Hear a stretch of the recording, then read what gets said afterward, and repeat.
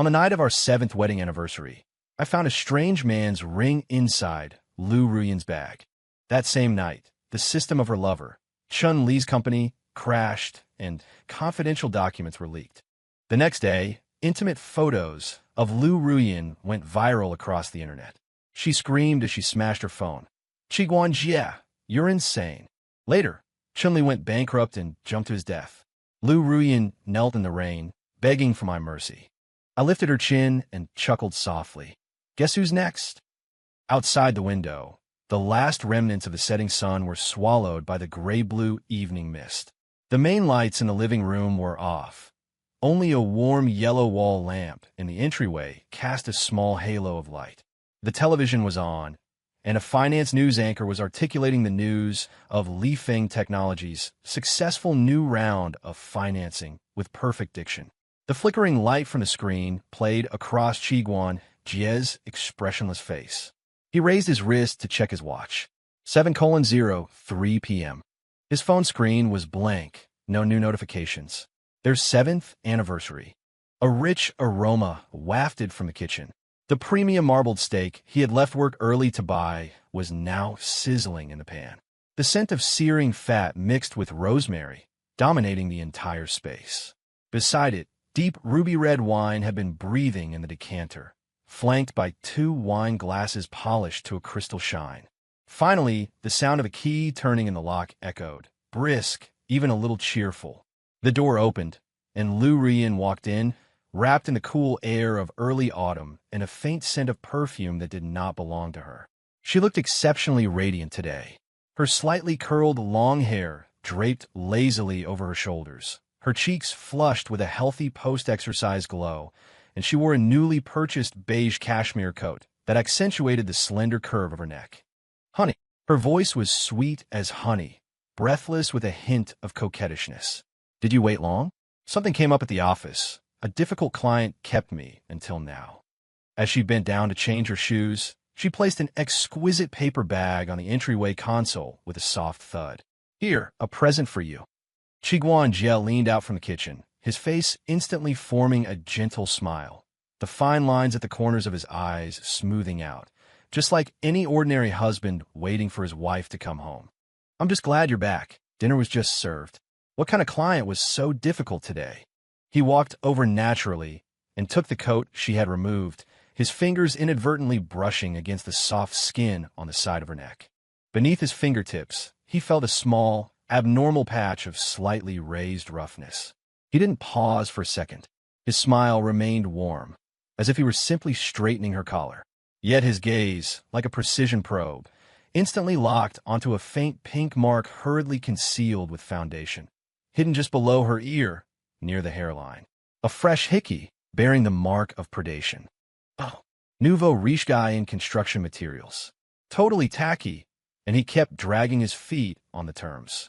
Lu Ruyan answered dismissively as she slipped into comfortable slippers, her eyes drifting toward the dining room. Wow, smells amazing. Steak? Honey, you're the best. Like a bird returning to its nest, she fluttered lightly toward the dining table, completely oblivious to Qiguan Jie hanging up her coat. Holding the coat that still held her body heat and the scent of a stranger's perfume, Qiguan Jie walked to the coat rack by the door. As he hung up the coat, he casually picked up the designer handbag she had left on the console. The bag was light. It didn't feel like it held documents or a laptop. Sweetie, keys are in the usual spot. His back was to her as he spoke with a smile, but his fingers, seemingly possessing a will of their own, darted into an inconspicuous pocket within the bag's lining. His fingertips grazed a small, cold, hard object. A ring. He hooked it out and concealed it in his palm. The cold metal pressed against his skin. By the dim light of the hallway sconce, he opened his hand to take a look. A man's ring, a plain platinum band. Engraved on the inside was a row of tiny, yet blindingly piercing letters. L and C. L for Lu, C for Chun. Chun Li of Lifeng Technology.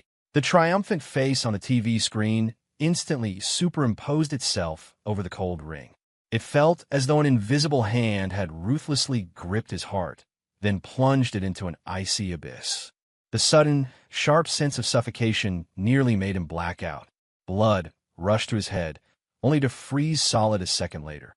Something within his chest shattered, detonating in a silent explosion. Yet, not a muscle on his face moved. Even when Lu Ruyin turned to look at him in confusion, he managed to perfectly curl the corners of his lips into a smile of indulgent resignation. "Leaving things all over the place again," he said in a relaxed tone, laced with mild reproach. He walked over and, using the hand clutching the ring, naturally brushed the spot on her neck where he had accidentally rubbed off the foundation. His fingertips deftly grazed the edge of the hickey, wiping away the last of the concealer to reveal the suggestive red mark beneath in stark clarity. "Look, the powder has rubbed off." His voice was deep and gentle. The pad of his finger brushed against her skin, the motion intimate, as if he were flirting. Only he knew that the skin beneath his touch was currently making his stomach churn with a cold nausea. Lu Ruyin's body stiffened imperceptibly for a second.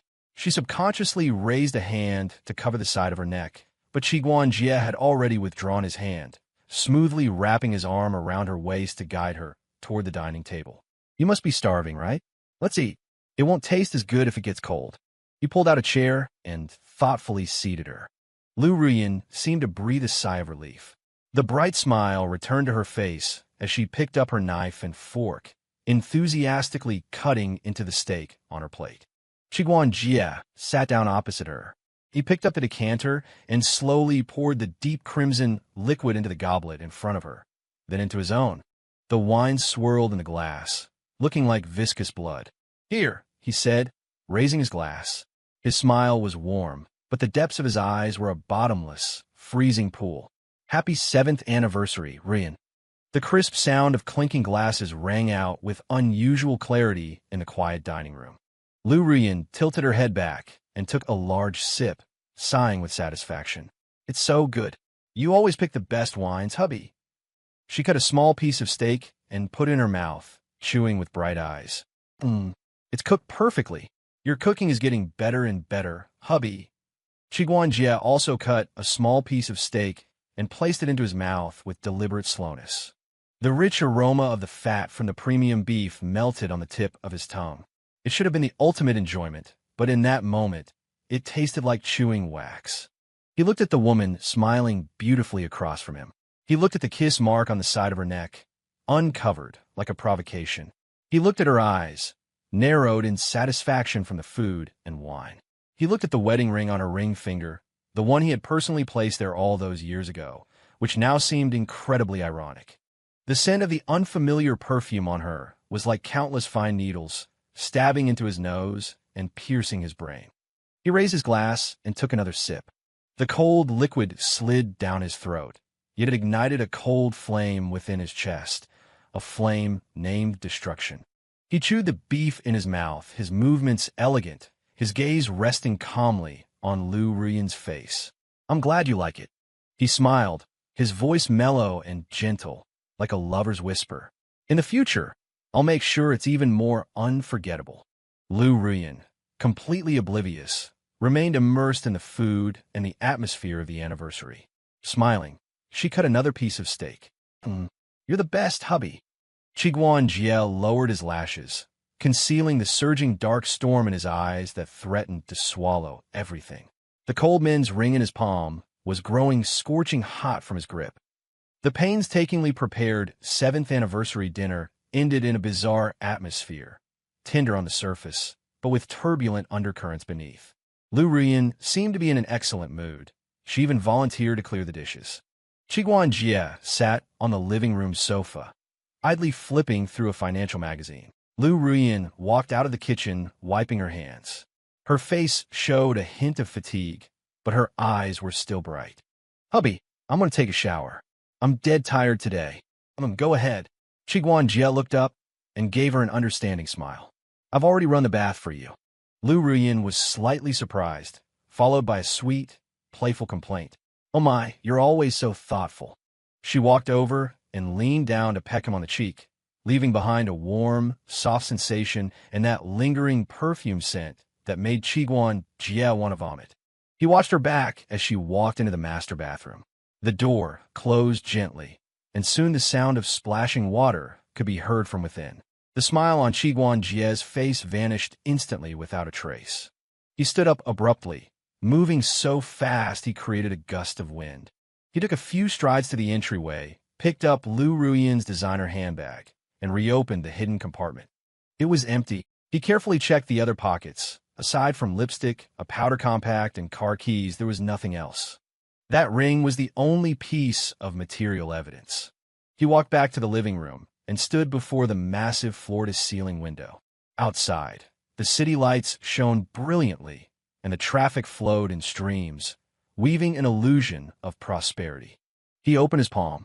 Under the indoor lights, the cold platinum ring reflected a hard, chilly glint. The small inscription inside, L and C, looked like two poison-dipped daggers.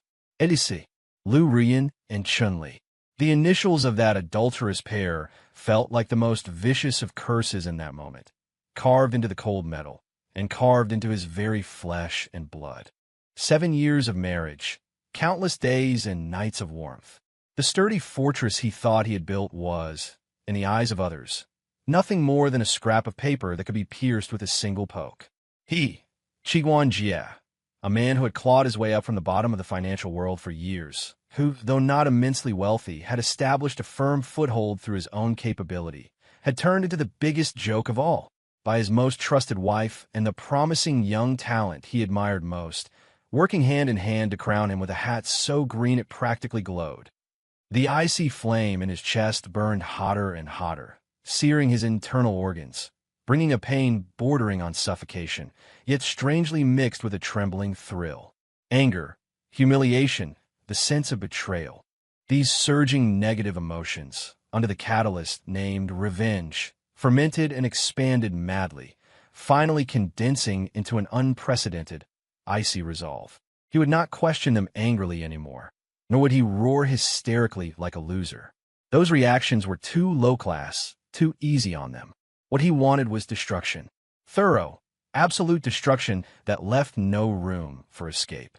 He would make this adulterous pair, who trampled on his dignity and defiled his marriage, pay a price they could not bear. He would personally grind everything they took pride in a fine powder. Qiguan Jie walked to the study and locked the door from the inside. He turned on the computer, the cold light of the screen illuminating his expressionless face. He clicked open an encrypted folder. Inside lay things he had accumulated over the years using his position and some gray connections from his early days. Dirt that could ruin reputations, secret commercial intelligence channels, contact information for top hackers who only cared about money, and even details on a few fringe characters who specialized in dirty work. These were hidden lines he had carefully sealed away in the past, never intending to use. Trump cards he had reserved for himself in case of a desperate dead end. He never expected that today they would be revealed in this manner. He clicked on a hacker avatar labeled Spider. A chat box popped up. Qiguan Jie's fingers flew across the keyboard, every character carrying a chilling intent to kill. Target: Lifeng Technology Core Server. Requirement: highest privilege implantation, backdoors fully open. Action: copy all core R&D data, financial reports, undisclosed business plans, client confidential information.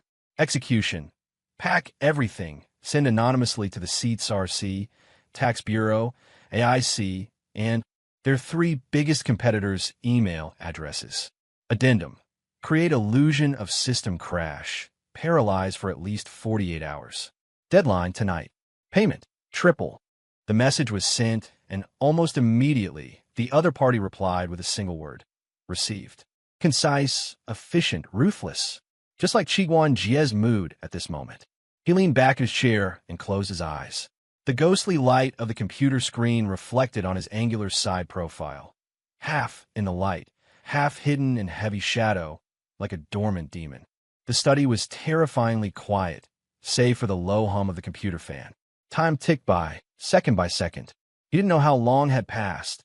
Maybe half an hour, maybe longer. There was a soft knock on the study door. Lu Ruyan stood at the doorway, carrying the steam of a bath and the sweet scent of shower gel. Her hair was wet and loose, and she wore a silk nightgown that outlined her graceful figure. "Hubby," her voice was soft and sticky, holding a hint of lazy seduction. "Are you busy? It's very late." Chiguanjia opened his eyes. The ice in their depths melted instantly, replaced by just the right amount of gentleness and apology. He quickly switched the computer screen, closing the encrypted folder interface. The desktop returned to a standard landscape wallpaper. Just handling some work emails. I'll be done soon. He stood up and walked to the door, naturally wrapping his arm around her waist, his fingertips feeling the warm, smooth skin beneath the nightgown. This touch, which once fascinated him, now only triggered a wave of physiological disgust. He forcibly suppressed the churning feeling, lowered his head, and kissed the top of her hair, which smelled of shampoo. His movements remained gentle. You go to sleep first. I'll take a shower and join you. Hurry up. Lu Ruyan tipped her head back and gave him a charming smile, her eyes flirting. Watching her retreating figure heading towards the bedroom, the gentleness on Chiguan Jie's face froze instantly. He closed the door and sat back down in front of the computer. In the bottom right corner of the screen, an inconspicuous icon of an encrypted communication app was flashing madly. He clicked it open. Spider had sent a new message, accompanied by a screenshot of a progress bar. First layer firewall breached. Acquiring target server architecture map. The progress bar was advancing slowly but firmly. Chiguan Jie picked up the cold platinum wedding ring from the desk and slowly rotated it in his fingertips. The cold glint of the metal was reflected in his bottomless eyes, like 2 points of ghostly fire in the dark. He picked up his phone and opened an encrypted photo album. Stored inside were several photos of Lu Ruyan, her languid look at home wearing sexy sleepwear, a seductive moment soaking in the bathtub with only her shoulders and collarbone exposed, and even an extremely private profile shot taken secretly while she was sound asleep. These photos used to be his treasured private intimacies. Now, however, they had become the deadliest of weapons. He selected the bathtub photo, cropping it to show only the section from shoulder to collarbone, glistening with water droplets and heavy with suggestive ambiguity. He then selected the profile shot of her sleeping face, the lighting dim and imbued with a fragile beauty. Then he opened an image processing software and began to operate it with practiced ease, superimposing the two photos in a specific way, blurring edges, adjusting light and shadow. Soon, a brand new intimate photo with a visually striking impact was generated. The woman in the photo had her face cleverly obscured by light and shadow, possessing a hazy beauty that invited imagination. Yet, anyone familiar with Lu Ruyan's physical features, such as Chun-Li, would absolutely recognize the distinctive lines of her shoulder and collarbone at a glance. He stared at the composite photo on the screen, a counterfeit image sufficient to destroy a woman's purity, his eyes as cold as if he were looking at a piece of worthless trash. Then, he opened another chat window with Spider. Job number 2. Photo processed. Targets. The 3 largest domestic anonymous gossip forums, all mainstream social platforms, Weibo, WeChat, Douyin, Xiaohongshu, and the city's local lifestyle community apps. Content. Photo attached. Headline. Financial upstart Chun Li's secret lover exposed. Shocking content. A married woman. Requirements. 5 a.m. Synchronized push across the entire web. By top 10 trending searches. Maintained for at least 24 hours. Direct paid trolls to focus attacks on the woman for cheating and being a slut. Related tags. Hashtag Li Tech Scandal. Hashtag Chunli Lover. Time limit. As usual. Payment. As usual. Triple. Message sent. Almost immediately, the other side replied. Received. Material downloaded. Servers ready. 5 a.m. Punctual detonation. Having done all this, Chiguan Jie let out a long, silent, heavy breath. The cold flame in his chest did not subside. Instead, it burned even more fiercely, bringing a near-morbid excitement and thrill. He turned off the computer, stood up, and walked into the bathroom. Icy water surged from the shower head, washing over his naked body. The water was cold, stinging his skin with pain, yet it could not extinguish the hellfire of revenge in his heart. He tilted his head back, letting the water batter his cheeks, eyes tightly closed. The mirror reflected his blurred silhouette, water droplets sliding down his taut muscle lines. He slowly opened his eyes and looked at himself in the mirror. Those eyes were pitch black, roiling deep within with an undercurrent capable of devouring everything. No trace of his past gentleness or peace could be found. Only absolute ruthlessness and an impending storm. The icy water continued to flush over his body until his skin flushed a numb red. Only then did Qiguan Jie turn off the shower.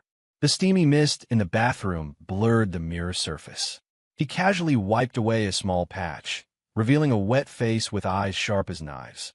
He dried his body and changed into clean pajamas, his movements steady, betraying not a single excess emotion. Pushing open the bathroom door, only a dim bedside lamp was lit in the master bedroom. Lu Rian was already asleep, curled up on one side of the large bed, breathing evenly. The warm yellow light outlined her gentle sleeping face. Long eyelashes cast a small shadow beneath her eyes, looking quiet and harmless. Qiguan Jie stood by the bed, looking down at her imperiously. His gaze swept over her smooth shoulders exposed outside the thin duvet, swept over the hickey on the side of her neck that had faded significantly, yet remained blindingly piercing. Just a few hours ago, this body might have been writhing under another man. His eyes were cold, void of anger, holding only a deep, icy scrutiny, as if looking at a piece of porcelain about to be thoroughly shattered. He lifted the duvet and lay down beside her, his movements light so as not to disturb her. The mattress dipped slightly. Lu Rian murmured unconsciously in her sleep, habitually nuzzling towards him, seeking a familiar body warmth. Her arm draped over him, carrying the scent of body wash. Qiguan Jie's body tensed imperceptibly for an instant. Then he forced himself to relax. He didn't push her away, nor did he respond. He simply lay flat, eyes open, gazing at the blurred contours of light and shadow on the ceiling. Time crawled slowly in the dead silence. The breathing of the woman beside him was clearly audible, her warm body pressed tightly against him. Yet it made him feel as though he were holding a block of ice. The phone screen on the nightstand lit up silently. He immediately reached out and grabbed it. It was an encrypted message from Spider. Core data packaging complete. Anonymous email sent. System crash countdown, 10 minutes. Qiguan Jie's eyes flickered briefly in the darkness, then dimmed, returning to a deathly stillness. He put down his phone and closed his eyes as if he were truly preparing to sleep. 10 minutes felt as long as a century. Suddenly, a nearly imperceptible vibration traveled through the mattress. Immediately following it, through the gap in the master bedroom curtains, a faint, unusual light seemed to flicker in the distance toward a specific part of the city before fading back into the dark. It was fleeting, almost making one believe it was an illusion. But Qiguan Jie knew it was no illusion. The headquarters of Lifeng Technology should have plunged into chaos and darkness by now. The core server clusters were thoroughly paralyzed by a preset logic bomb. All critical calculations, transactions, and data synchronizations currently in progress were instantly severed. The central nervous system of the entire company had been severed with a single stroke. He could even picture Chun Li's face, always wearing a hint of arrogance, now likely twisted in a mix of shock and rage. Woken from a deep sleep by an emergency call, listening to the incoherent report of the technical director, staring at the countless glaring red alerts representing server status on the monitoring screens. That meticulously prepared business plan, enough to double Lifeng Technology's valuation, was likely lying in the inboxes of the Securities Commission and competitors at this very moment, exuding a tempting yet fatal aura. A cold surge of satisfaction quietly spread up his spine. This was merely the appetizer. He picked up his phone again and set a vibrating alarm for 4:50 a.m. Then, he turned onto his side, facing Lu Ruyan's sleeping form. He extended his arm and, with a posture bordering on tenderness, gently drew her into his embrace. Her body was soft and warm, carrying the scent of deep sleep. Qiguan Jie rested his chin on the crown of her head, inhaling the lingering scent of shampoo in her hair, yet his gaze bypassed her shoulder, casting itself into the boundless darkness outside the window. His arms held her, as if she were his most treasured possession, yet his eyes looked as though he were embracing a cold corpse. In the darkness, the corners of his mouth curved up soundlessly. At 4:50 a.m., the phone vibrated punctually under Chi Guan-Jie's pillow. He opened his eyes instantly, his gaze clear without a trace of drowsiness. In his arms, Lu Ruyan was sleeping soundly, breathing evenly. He extracted his arm with extreme caution, like dismantling a sophisticated bomb, not disturbing her in the slightest. He rose soundlessly, picked up his phone, walked barefoot out of the bedroom, and gently pulled the door shut. The living room was pitch black, save for the unextinguished city lights in the distance, penetrating the floor-to-ceiling windows and casting vague patches of light onto the floor. He walked to the study, locked the door, and turned on the computer. The cold glow of the screen once again illuminated his impassive face. He opened an encrypted communication app. The avatar for Spider was flashing. Photo push ready. All platform channels clear. Bot accounts activated. Related topics preheating. Countdown. 9 minutes 58 seconds. 57 seconds. Chi Guan-Jie did not reply. Leaning back in his chair, he opened a special surveillance app on his phone. The screen split into several small windows, clearly displaying living room, empty, lit only by the faint glow of wall lamps. Master bedroom door, tightly closed. Entryway, silent. Study door, also tightly closed. Lu Ruyan was still fast asleep. Good. He switched back to the computer screen, staring quietly at the ticking countdown numbers. 5 minutes, 3 minutes, 1 minute, 30 seconds. Time 0. Chi Guan-Jie's fingertip tapped lightly on the mouse, issuing a silent command. Detonate. Almost in the same instant, he felt he could hear the hum of countless servers deep within the internet spinning at high speed, as infinite streams of preset information broke through the dam like a flood, rushing toward every designated outlet. He quickly opened the web pages of several mainstream social platforms and anonymous forums. Page refresh. Explosive.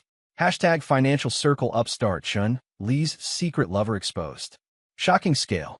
Married woman. Huh. Hashtag Li Feng Tech CEO late night rendezvous with wife. Bath photos leaked. Boiling. Hashtag pics with truth. Chun Li's lover identified. Suspected to be a married woman. Several glaring scarlet tags. Explosive, hot, boiling, were branded like red-hot irons at the very top of the trending lists on every major platform. Clicking on the topic, that meticulously processed and highly suggestive intimate photo stood blatantly in the first spot. Although the photo had undergone blurring and lighting adjustments, Lu Ruyan's signature shoulder and necklines, her collarbone, and even a tiny mole on her earlobe were clearly distinguishable. The comment section was already swamped by bot accounts and netizens scenting blood. Holy shit. That body.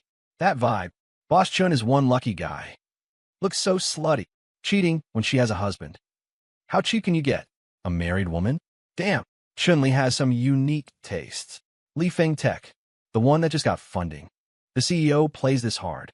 Isn't he afraid the investors will pull out? Asking for HD and censored. Asking for a face reveal. Feels sorry for her husband. He's getting cuckolded hard. Who is this woman? Has anyone docked her yet? Hashtag Li Feng Tech scandal hashtag with such a morally bankrupt boss. Can the company be any good? The stock's gonna hit the limit down, right? Hashtag Chun-Li mistress hashtag slut. Shameless. Filthy language, malicious speculation, schadenfreude. Like a tide of filth, they instantly swamped the topic. The spearhead, guided by paid trolls, pointed precisely at cheating, married woman, and slut. Every word was like a poison-dipped whip, lashed viciously against Lu Ruyan's name. Though not explicitly named, the implications were crystal clear. The associated hashtags hashtag Li Feng Tech scandal hashtag and hashtag Chun-Li mistress hashtag climbed the charts rapidly, nailing Chun-Li and his company firmly to the pillar of shame. Chi Guan-Jie scrolled through these malicious comments expressionlessly, his eyes as cold as if he were watching a farce that had nothing to do with him. He even opened the most popular local lifestyle app, Neighborhood Circle. The pinned post was, glaringly, that same photo and a sensational headline. The comments below were even more unbridled, filled with local dialect curses and insider revelations, as if the entire city knew in an instant that Lu Ruyan was a cheap slut-stealing man. Watching the surging malice on the screen, He seemed to see the world Lu Ruyan would face upon waking, a world that would tear her apart completely and trample her into the mud. Just then, in the master bedroom surveillance feed, the screen of the phone Lu Ruyan had placed on the nightstand suddenly lit up. The harsh white light was conspicuously bright in the dim room. A call. Then another. The screen flashed frantically. The incoming call notifications came one after another like death warrants. WeChat and SMS notification sounds also rang out densely, vibrating against the tabletop with a buzz. On the bed, Lu Ruyan was finally woken by the immense commotion. She groaned groggily and reached out for her phone. When her fingertips touched the frantically vibrating device, she seemed to freeze for a moment. She propped herself up halfway, looking at the screen with sleepy eyes. The next second, the surveillance camera clearly captured the drastic change in her expression. It was an expression mixing confusion, bewilderment, and disbelief, finally morphing into absolute terror. Her eyes snapped open wide, her pupils contracting sharply from extreme shock, and her face instantly drained of color under the pale light of the screen, turning deathly gray. Her hand began to tremble violently and uncontrollably, barely able to hold the phone. She frantically swiped to unlock the screen, seemingly opening a social media app. Ah! A scream, shrill and distorted, suddenly pierced the silence of the early morning. The sound was filled with disbelief, terror, breakdown, and despair, sharp enough to tear through one's eardrums, followed immediately by a dull thud. She hurled the phone away as if it were a hot potato, smashing it against the wall before it bounced onto the carpet. The screen shattered instantly, spiderweb cracks spreading across it, but the harsh light stubbornly remained on, illuminating her face, which was twisted in extreme horror. As if all her bones had been removed, she collapsed onto the bed, hands gripping her hair tightly, body shaking violently, her throat emitting raspy, tuneless sobs like a dying beast. In the study, Qiguan Jie quietly watched this scene through the monitor. He picked up the cup of water on the desk that had long gone cold and took a sip. The cold water slid down his throat, yet it gave him a strange sense of comfort. He stood up, adjusted his soft pajamas, and put that mask back on his face, gentle, with just the right amount of worry. He opened the study door and walked calmly toward the master bedroom.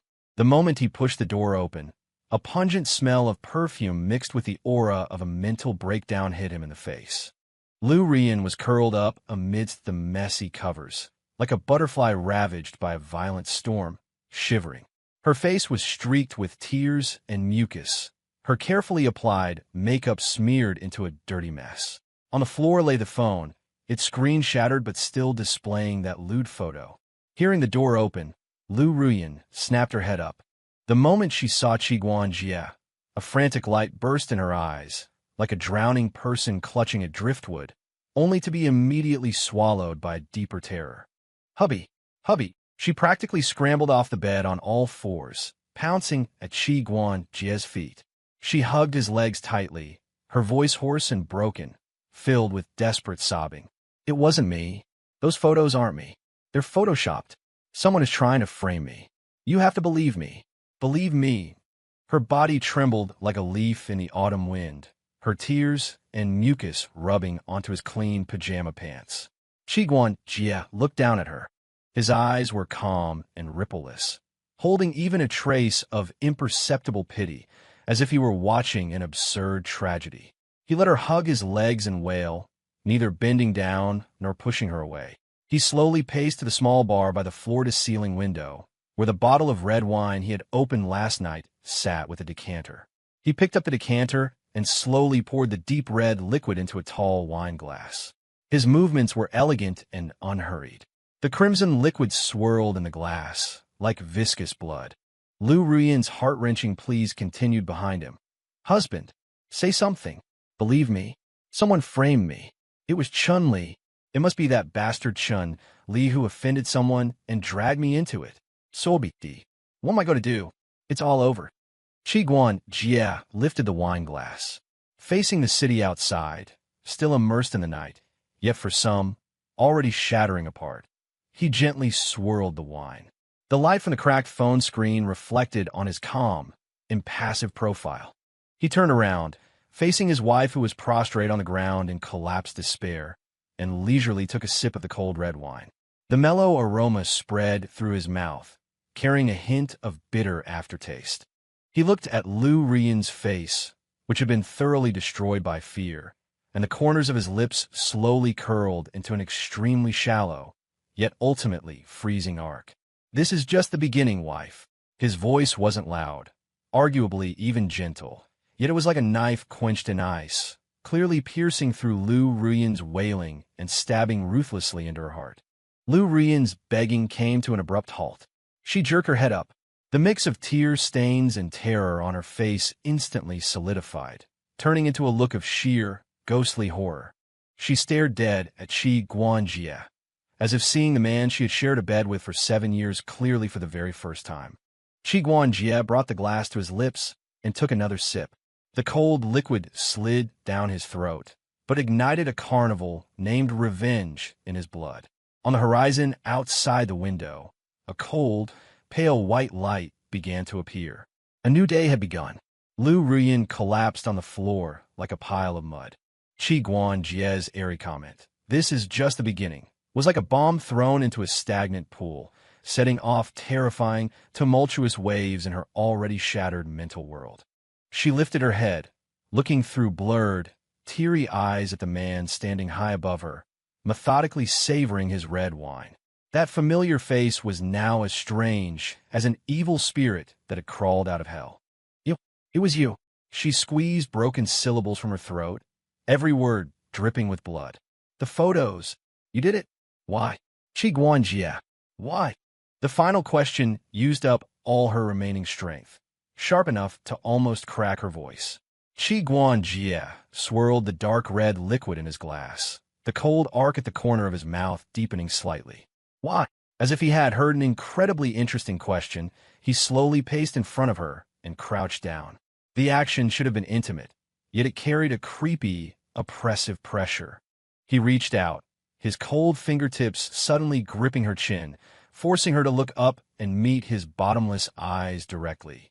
There was no anger in that gaze, only a pure, icy scrutiny, like assessing a defective product about to be dismantled. "Wife." His voice was low and mellow, like a lover's whisper, yet laced with deadly poison. "That LNC ring in your bag. It hurt my hand all night." His thumb ground forcefully over the hickey on the side of her neck, one that had already faded but was still an eyesore. The force was so great that she hissed in pain. Lu Ruiyan's body began to tremble violently, her pupils dilating again from extreme fear. "The ring. He saw it. He knows everything." 7 years. Qi Guanjie's voice was light, but every word was a knife slicing at her heart. "I cooked for you, waited for you to come home, and planned our future like a fool. And you?" "In Chun-Li's bed, planning how to keep this green hat firmly on my head." He suddenly released his hand, leaving clear fingerprints on Lu Ruiyan's chin instantly. He stood up and looked down at her. The last trace of feigned warmth in his eyes vanished, leaving only naked, frozen hatred and the thrill of impending destruction. "So don't ask why. If you must ask, it's because you and he both deserve to die." Lu Ruiyan went completely limp, losing even the strength to cry. All that remained were desperate whimpers and uncontrollable trembling. On the floor, the phone screen glowed stubbornly. That damned photo and the torrent of vicious comments beneath it were like countless red-hot needles, repeatedly piercing her nerves. Ding dong, ding dong, ding dong.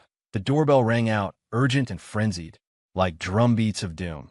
The sound tore through the deathly silence of despair filling the room. Lu Ruiyan jerked violently like a startled rabbit, looking toward the door in terror. Qi Guanjie, however, acted as if he hadn't heard a thing. With perfect composure, he walked over to the security monitor in the entryway.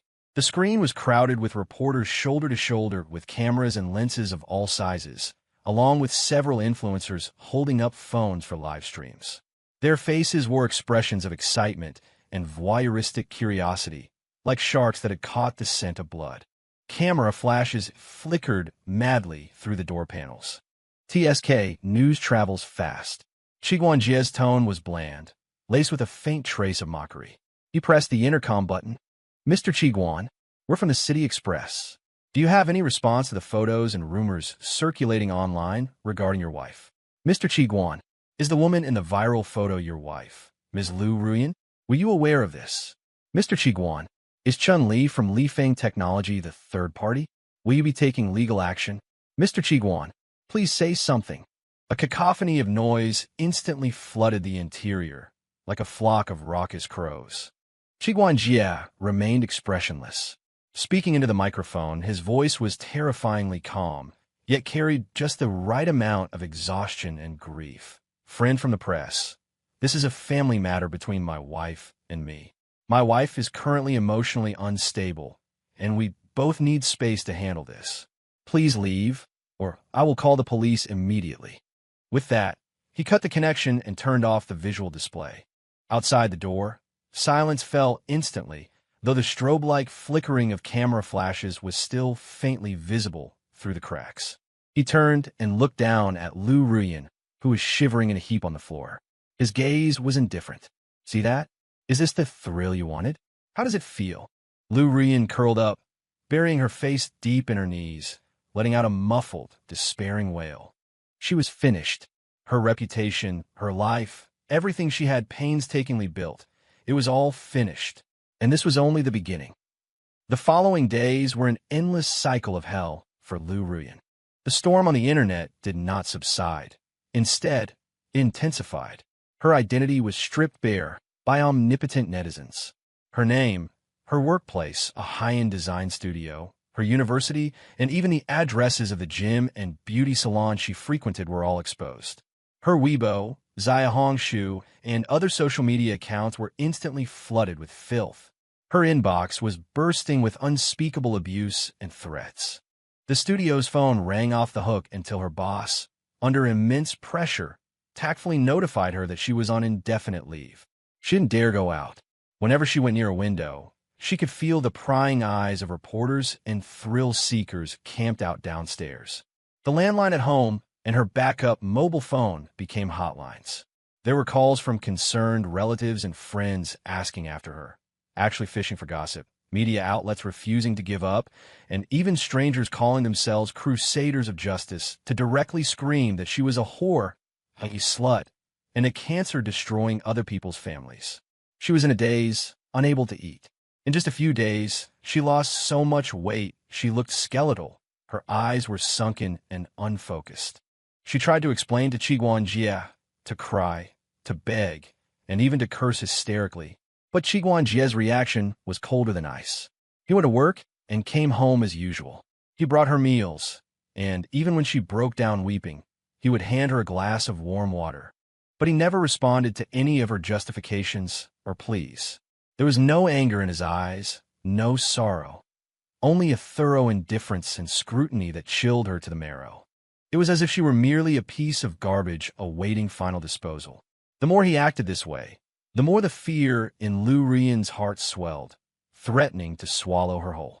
She knew he definitely had more moves to play. When he said it was just the beginning, it was no empty threat. Meanwhile, Chun Li's life was an even greater living hell than Lu Ruyan's. The headquarters of Lifeng Technology, which just days ago had been brimming with the joy of successful financing, was now shrouded in gloom and a deathly silence. The servers were barely restored after crashing for 48 hours, but the catastrophic consequences of the core data leak were only just beginning to emerge. The Securities Regulatory Commission sent a sternly worded inquiry demanding an explanation regarding the leaked business plan and potential false statements. An inspection team from the Tax Bureau moved directly into the company, sealing all financial ledgers to investigate suspicions of massive tax evasion. The Administration for Market Regulation opened a case to investigate unfair competition and infringement of trade secrets. The deadliest blow was that the core technical parameters and undisclosed R&D roadmaps the company relied on for survival had been anonymously sent to its three largest competitors. Like hungry wolves scenting blood, the rivals immediately launched ferocious patent attacks and a market siege. Several major orders Lifeng Technology had just secured instantly fell through. Investors who had once flocked to the company withdrew their capital in droves.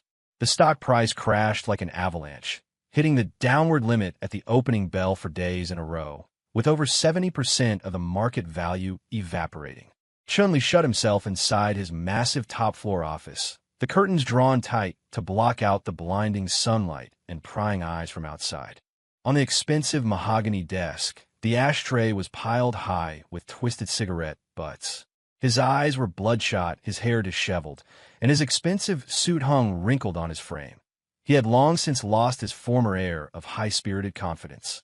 On the massive screen opposite his desk was the graph of the company's precipitous stock plunge. That glaring green was like a blunt knife, repeatedly sawing at his nerves. Useless. A bunch of useless idiots. He grabbed the crystal paperweight from his desk and hurled it violently at the closed office door, creating a deafening bang. The secretary, standing guard outside, shuddered in fright.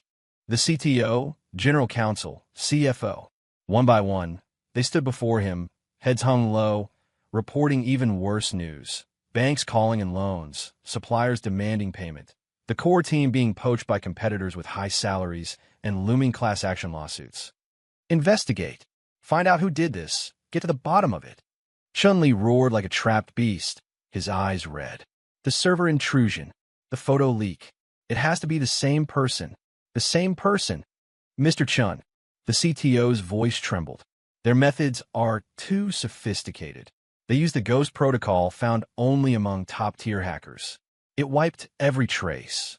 There's simply no way to track them. Useless. Chun-Li slammed his fist onto the table again, his knuckles instantly splitting and oozing blood. He gasped for air like a dying fish. Just then, his personal phone began to vibrate frantically. The name Lu Ruyan flashed on the screen. Clutching the phone like a drowning man grasping at a straw, he answered, his voice hoarse. Hello, Ruyan. Are you okay? The thing's online. Chun-Li, you bastard. Instead of her usual gentle whispers, what came through the phone was Lu Ruyan's hysterical, venom-filled screaming and sobbing. It's all you. You ruined me. Qiguan Jie knows. He knows everything. He's taking revenge. He's getting revenge on us. He's crazy. He's going to destroy us all. It's all your fault. Chun-Li's heart sank violently, and a chill shot from the soles of his feet straight to the crown of his head. Qiguan Jie? What did he do? What did he do? Lu Ruyan let out a manic, high-pitched laugh on the other end. He leaked the photos. He crashed the servers. He told me himself. And this is just the beginning. Chun-Li, we're finished. Completely finished. You jinx. You bastard. The phone was slammed shut, leaving only the busy signal. Chun-Li gripped the phone, frozen in place, the color draining instantly from his face. Qiguan Jie? That mild-mannered, harmless-looking man who was just a minor middle manager at a bank? Him? How is that possible? But Lu Ruyan's breakdown-induced screaming and the tragic collapse of his company before his eyes intertwined to form a terrifying, undeniable answer. An icy fear gripped Chun-Li's heart. If it really was Qiguan Jie, a man capable of dismantling his entire technology empire without making a sound, ruining his reputation overnight, and precisely nailing both him and Lu Ruyan to the pillar of shame, then would his revenge stop here? No, impossible. Chun-Li muttered to himself, trying to deny the thought that terrified him. He threw himself at his computer, his trembling fingers typing in Qiguan Jie's name, desperately searching for any information on this husband of his lover, a man he had never once taken seriously. The search results were sparse. A standard resume of a bank employee, a clean social circle, and no unusual records whatsoever. An utterly ordinary middle-class man. The more ordinary and clean he seemed, the more he exuded an unfathomable terror in Chun-Li's eyes at this moment. He snatched the car keys from the desk and bolted out of the office as if fleeing a plague, ignoring his secretary's panicked cries. He had to find Lu Ruyan. He had to find out the truth. What else did Qiguan Jie know? What exactly did he intend to do? The black Porsche sports car shot out of the Lifeng Technology underground garage like an arrow from a bow. Chun-Li's eyes were bloodshot as he floored the accelerator, weaving madly through the light morning traffic. His mind was a chaotic mess. Fear, rage, indignation, and a trace of absurdity all tangled together. Qiguan Jie's nondescript face twisted in his mind into that of a grinning demon. He had to see Lu Ruyan. He had to know what cards Qiguan Jie was holding. His car skidded violently into the underground garage of Lu Ruyan's complex. Chun-Li didn't even wait for the vehicle to come to a complete stop before shoving the door open and bolting out. He knew the way well, charging to the elevator and frantically mashing the up button. The doors slid open. He stormed inside and punched in the floor number. The digits climbed steadily. Ding! The doors parted. Chun-Li rushed out, impatient, heading straight for Qiguan Jie's security door. He raised his hand to pound on it. But just as his fist was about to land on the heavy panel, the door was pulled open from the inside. Qiguan Jie stood in the doorway, clad in impeccable dark gray loungewear, a microfiber cloth for his glasses in his hand. His expression was calm, tinged with just the right amount of surprise. He looked as if he were about to leave for work, or perhaps had just seen a guest out. President Chun? Qiguan Jie raised an eyebrow slightly, his tone as bland as if he were greeting a neighbor. A rare guest. What brings you here so early? He unhurriedly put on his polished glasses, his gaze behind the lenses resting calmly on Chun-Li's face, which was twisted with anxiety and rage. Chun-Li froze mid-motion, looking at this composed man who seemed to have everything under control, and contrasting it with the ruin of his own company and his shattered reputation. A surge of vicious anger rushed to his head. Qiguan Jie, did you do this? Chun-Li lost all composure. He grabbed Qiguan Jie by the collar of his loungewear and slammed him hard against the doorframe. His eyes blazed, and his voice was a hoarse roar. The servers, the photos, was it you? You snake, what are you trying to do? Huh? Despite being pinned by the collar against the frame, Qiguan Jie showed no panic. He didn't even furrow his brow. He simply pushed his glasses up the bridge of his nose, his movements unhurried. President Chun. Qiguan Jie's voice remained steady, even sounding a bit confused. What are you talking about? What servers? What photos? I don't understand. He looked at Chun-Li's face, hideous with rage, and the corner of his mouth twitched upward ever so slightly, revealing a smile that was almost pitying, yet bone-chillingly cold. I'm just an ordinary bank teller. How would I have that kind of power? He spoke slowly, every word like a poison-dipped ice needle, piercing precisely into Chun-Li's rawest nerves. But you, President Chun, you don't look so good. Is the company having trouble? I heard the stock price took a nasty dive. What a pity. You. Chun-Li was driven over the edge by this feigned ignorance and breezy attitude. The last thread of his sanity snapped. He raised his fist, aiming a blow straight at that infuriatingly calm face. Chun-Li, what are you doing? Let go of my husband. A shrill scream erupted from inside the apartment. Lu Ruyan, hair disheveled and looking borderline hysterical, rushed out. Seeing Chun-Li grabbing Qiguan Jie and preparing to strike, she lunged forward in terror, clinging desperately to Chun-Li's raised arm. Get off me, you bitch! Chun-Li, blinded by rage, violently shook his arm free. Lu Ruyan's body, weak from days of poor sleep and little food, couldn't withstand the force of his fury. With a cry, she was flung backward, crashing heavily into the shoe cabinet in the entryway. Thud! A dull impact echoed. Lu Ruyan groaned in pain, curling up on the floor as her forehead instantly began to swell and redden.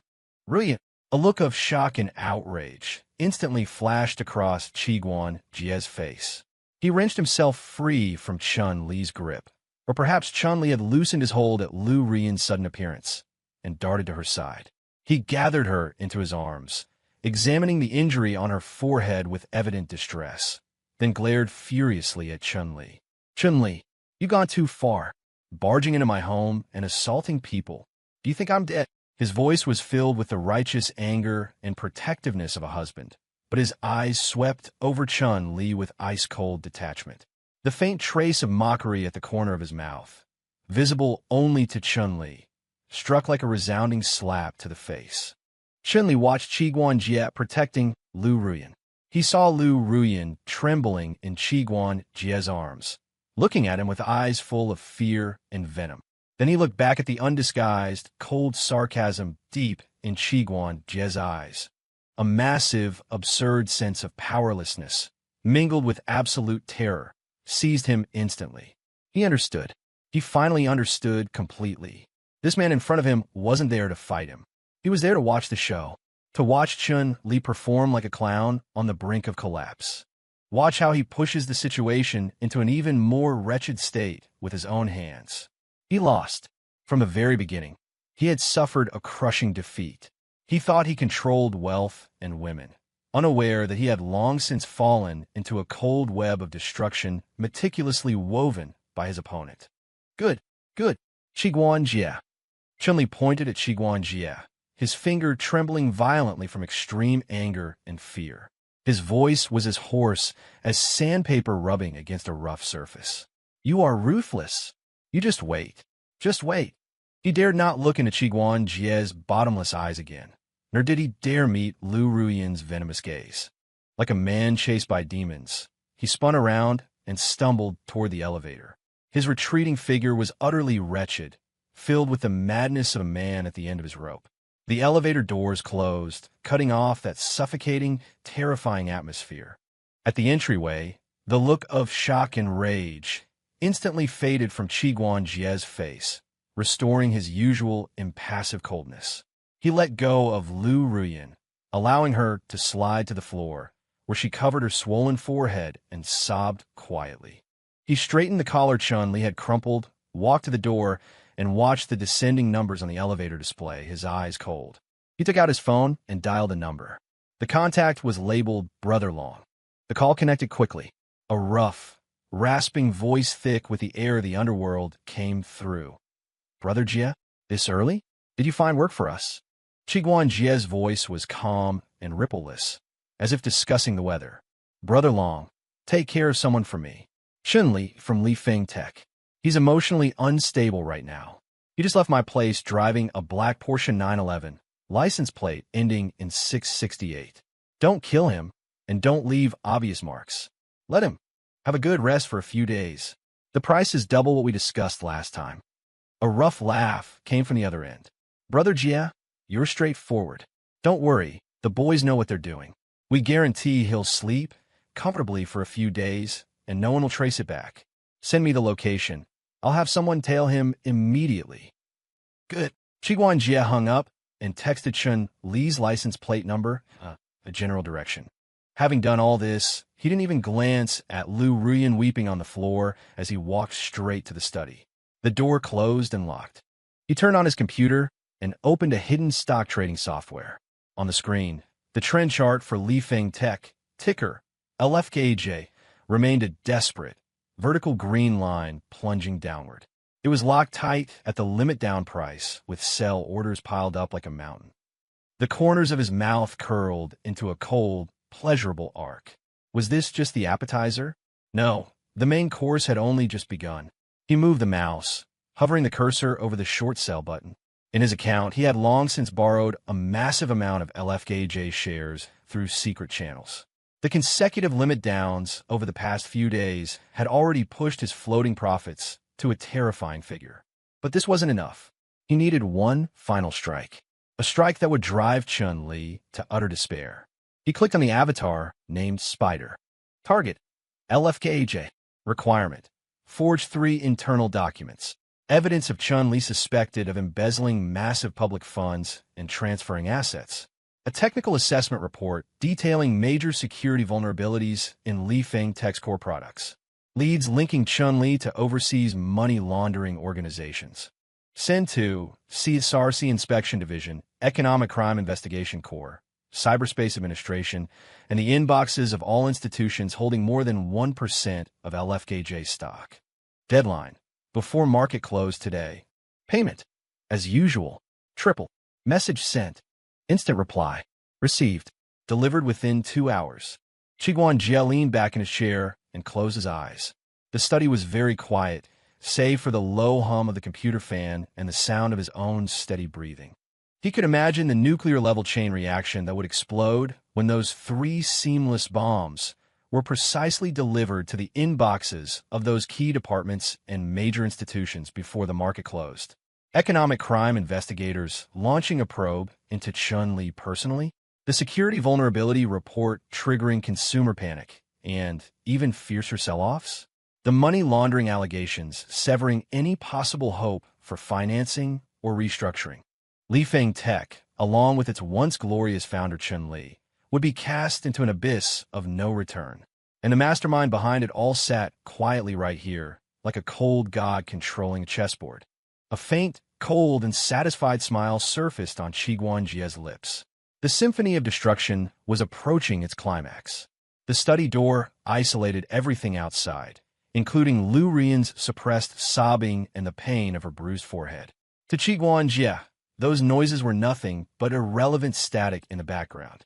All his senses were focused on the screen before him, focused on that green line of death representing the total collapse of Chun Li's business empire. Spider's efficiency was as high as ever. With half an hour left until market close, the encrypted messaging software flashed. Files delivered to all designated targets. Internal systems of the Economic Crime Investigation Department show that the approval process for opening a case against Chun Li personally has been initiated. Qi Guanjie's fingertips tapped lightly on the desk once, like a conductor striking the final note before arrest. He opened the stock market software.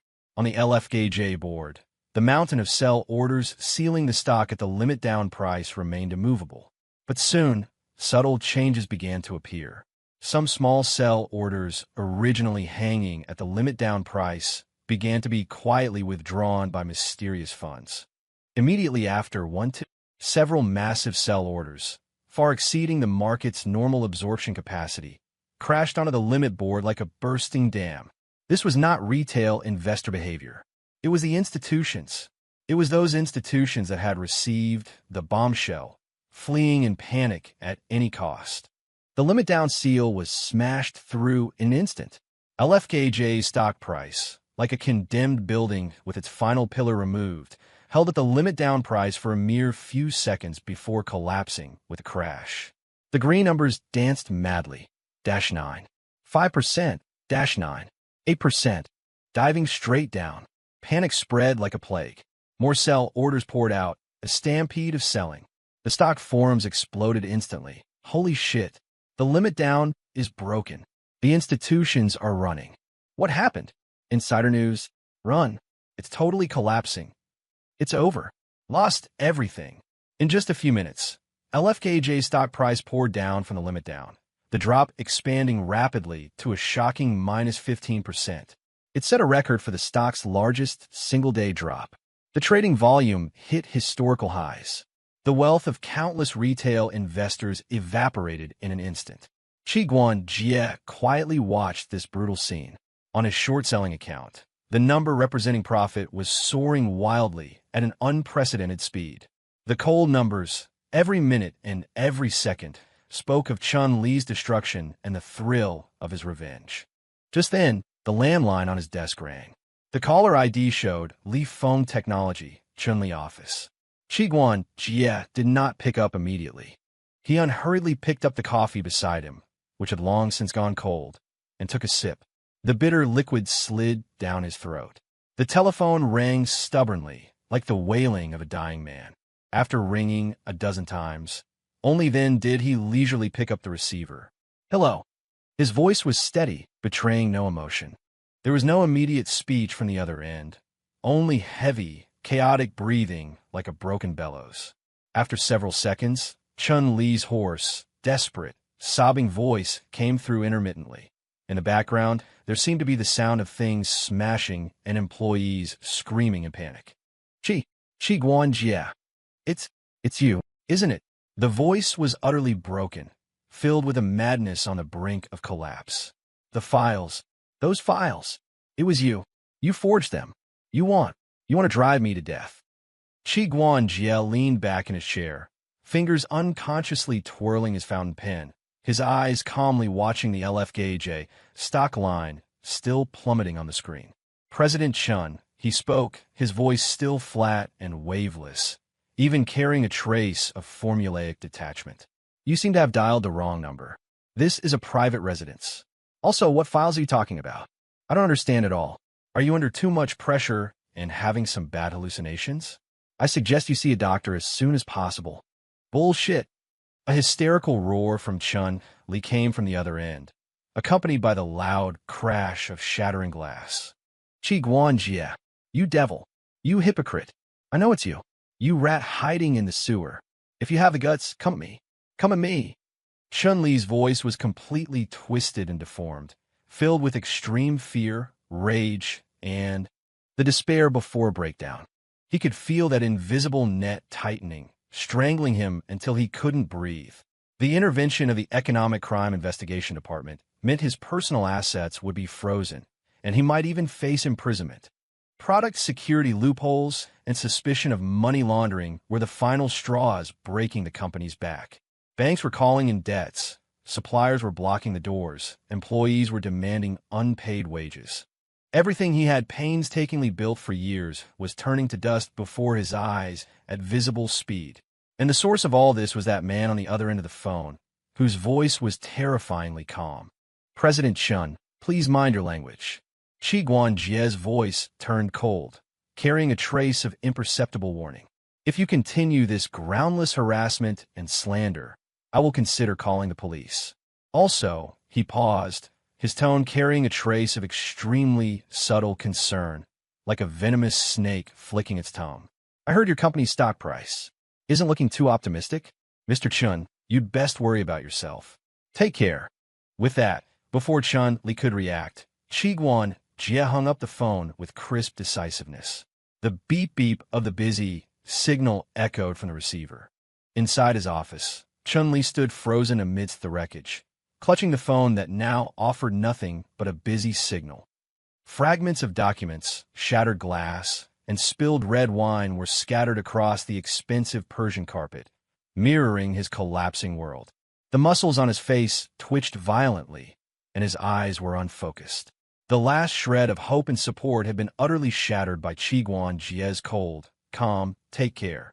A beast-like roar of absolute despair burst from the depths of his throat.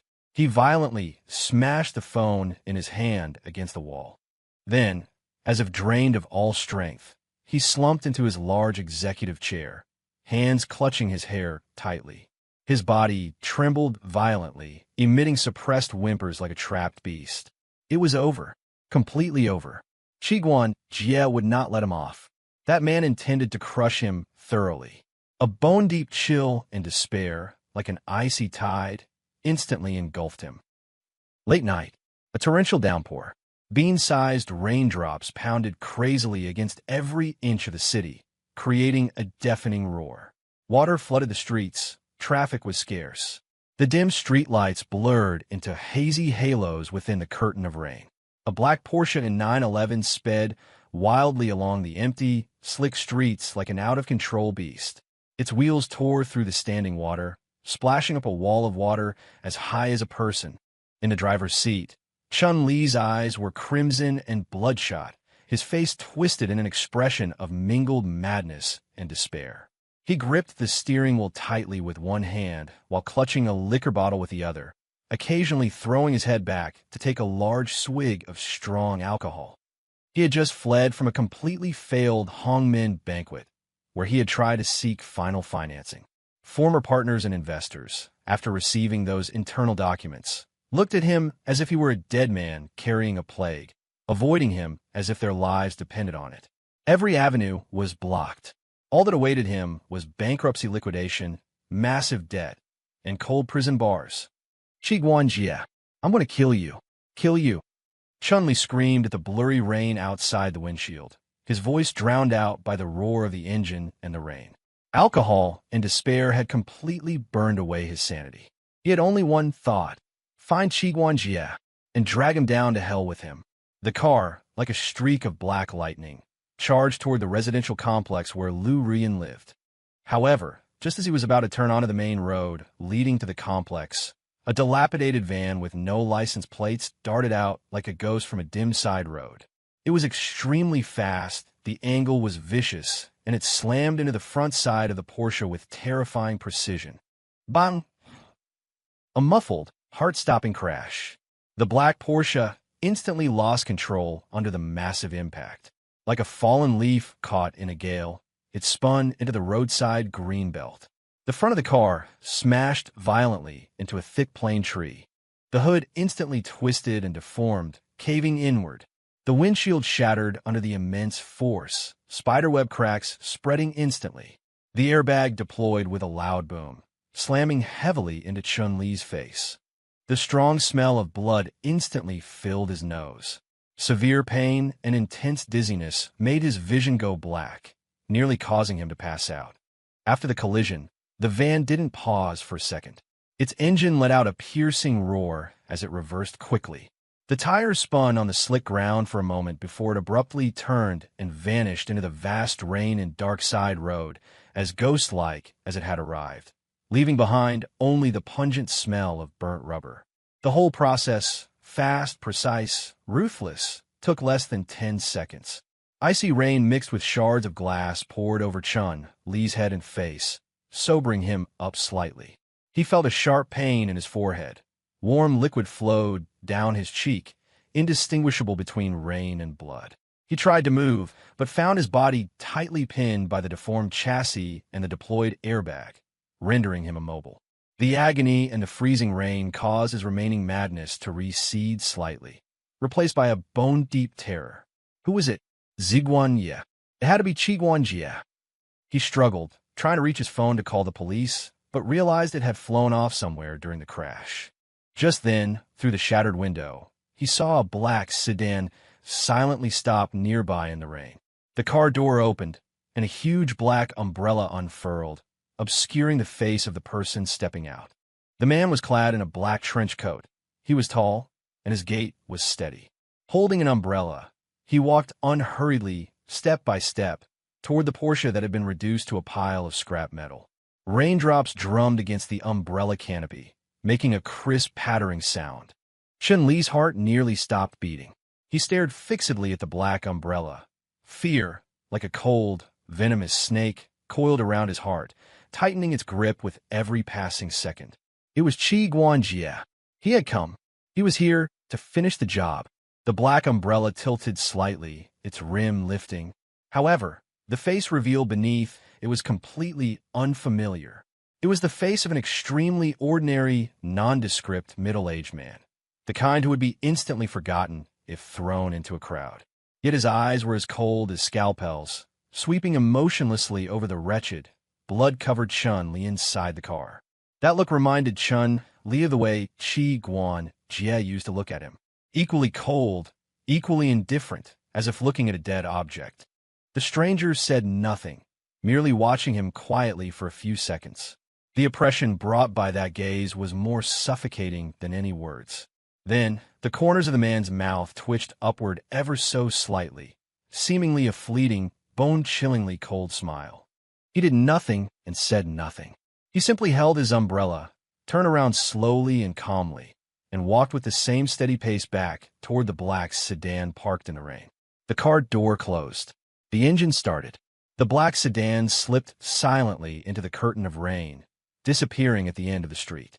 The entire process was like a silent pantomime. Cold rain relentlessly washed over Chun-Li's face, mixing with the blood.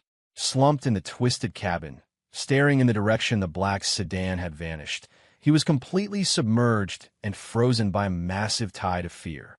That wasn't Qi Guanjie, yet it terrified him more, a terror deep in his marrow and impossible to resist, than if Qi Guanjie had come in person. Qi Guanjie didn't even deign to witness his wretched state personally. He had merely sent someone with eyes as cold as knives, to take a look at the pathetic state of this beaten dog. This was absolute contempt, an ultimate humiliation, declaring that he wasn't even qualified to be finished off by Qi Guanjie's own hand. Ah! Chun-Li let out a miserable howl that sounded barely human. The howl was filled with despair, fear, unwillingness, and utter breakdown. Exhausting all his strength, he frantically pounded the deformed steering wheel and smashed his forehead against the shattered dashboard. Guanjie, I won't let you go, even as a ghost. I won't let you go. The shrill curse seemed so weak, so laughable amidst the roar of the torrential rain. The next morning, the rain had passed, and the sky was clear. The sunlight was dazzling. Qi Guanjie sat at the dining table, eating breakfast unhurriedly, fried eggs, toast, and milk. On the TV, the morning news was broadcasting a serious traffic accident occurred in our city last night. Chun Li, former CEO of Lifeng Technology, lost control of his vehicle and crashed into a roadside tree. He suffered severe injuries and is currently in the ICU in critical condition. The cause of the accident is under police investigation. Furthermore, according to the latest reports, Lifeng Technology has been formally placed under investigation by the CSRC for suspected serious violations, and the company's stock trading will be suspended starting today. Founder Chun Li has also been subjected to mandatory coercive measures by the Economic Crime Investigation Department for suspected embezzlement and misappropriation of funds, to be executed once his condition stabilizes. The news footage showed the wreckage of the black Porsche, smashed beyond recognition, and the chaotic scene at the entrance of the Lifeng Technology building, which was sealed off and surrounded by reporters. Qi Guanjie picked up his glass of milk and took a sip. The warm liquid slid down his throat, bringing a strange sense of comfort. He picked up his phone and opened an encrypted chat interface. Brother Long had sent a message. Brother Jie, the job was done cleanly. The kid broke 2 ribs, ruptured his spleen, and has a concussion, enough to keep him in the ICU for 2 months. The Economic Crime Squad will pick him up as soon as he can get out of bed. Don't worry, the traffic police ruled it a single vehicle accident due to slippery roads. Nothing to do with us. Qi Guanjie replied with a single word. Thanks. Balance paid. He put down the phone and continued eating breakfast, his movements elegant. It was as if the bloody accident from the previous night and the shocking scandal playing on TV had nothing to do with him. The study door opened. Lu Rian held onto the doorframe, her face as pale as paper, eyes hollow, the redness and swelling on her forehead not yet subsided. She had obviously heard the news as well. Her body trembled slightly, and her eyes, looking at Qi Guanjie, were filled with unspeakable horror and a despair that came from completely recognizing reality. Qi Guanjie looked up at her, his face devoid of expression. Awake? He asked indifferently, his tone as casual as a comment on the weather. Breakfast is in the kitchen. Heat up yourself. Lu Rian did not move. She stared fixedly at Qi Guanjie, her lips trembling. She seemed to want to say something, yet she couldn't make a sound. An immense fear gripped her. Chun Li was finished, completely finished. Was she next? Qi Guanjie picked up a napkin and wiped the corner of his mouth. He stood up and walked over to Lu Rian. His height created an invisible sense of oppression. By the way, he said, as if suddenly remembering something, his tone flat and rippleless.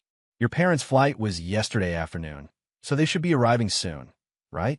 I heard your father's heart hasn't been too good lately. I hope their journey goes smoothly. He spoke with deliberate understatement, as if it were merely a passing remark.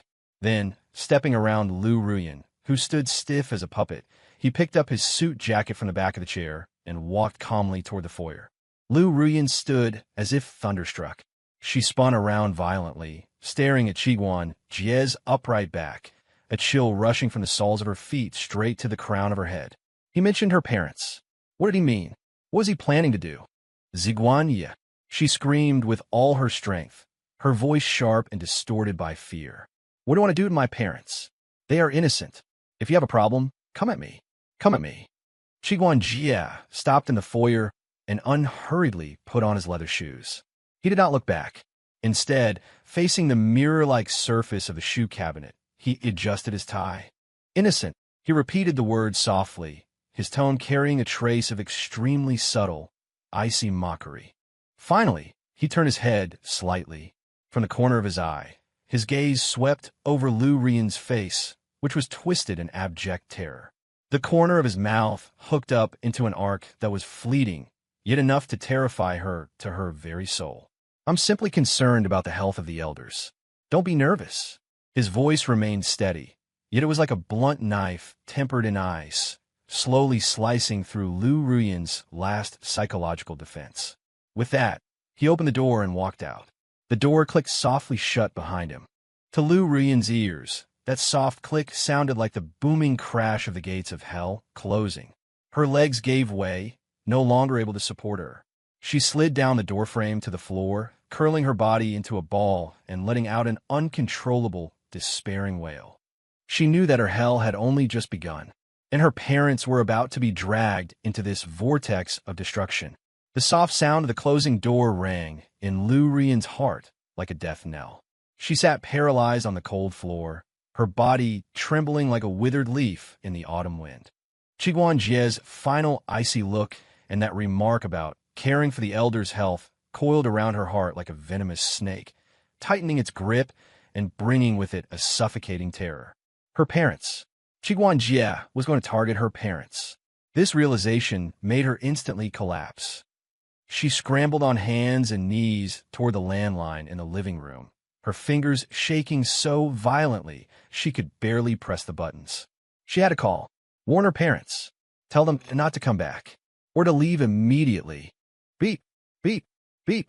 Busy signal. The call wouldn't go through at all. She frantically dialed her parents' cell phones. Hello, the subscriber you dialed is temporarily unavailable. Please try again later.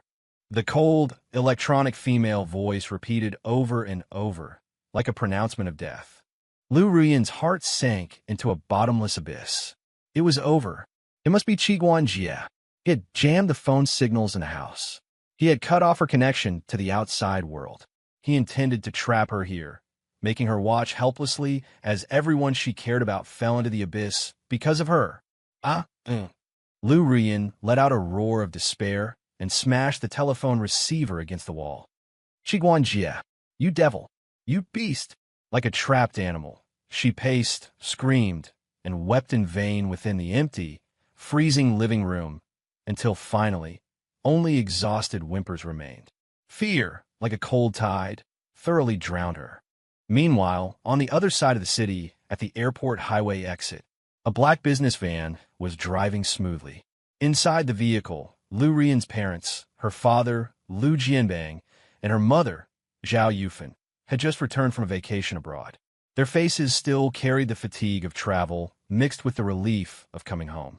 Lu Jianbang was in his early 60s, with graying hair and a slightly portly figure. He wore a well-made jacket. In his earlier years, he had been a somewhat successful businessman, but was now retired at home with a heart condition. Zhao Yufan had maintained herself well and still retained her charm. At this moment, she was resting her eyes, leaning against her husband's shoulder. Old Lu, now that we're back, you really need to rest properly. Stop worrying about those investments, Zhao Yufan said with her eyes closed. I know. Lu Jianbang patted his wife's hand, smiling amiably. This time I'll listen to you and just enjoy a quiet life. Once we get home, let's ask Ruyan and Xiaojie to come over for dinner. It's been a while since we've seen them. At the mention of their daughter and son-in-law, a smile spread across Zhao Yufan's face. Yes, Xiaojie is a steady young man. With Ruyan by his side, we can rest easy. The car exited the highway and merged into the city traffic. While waiting for a red light at an intersection, a black sedan with heavily tinted windows pulled up silently, stopping right beside their MPV.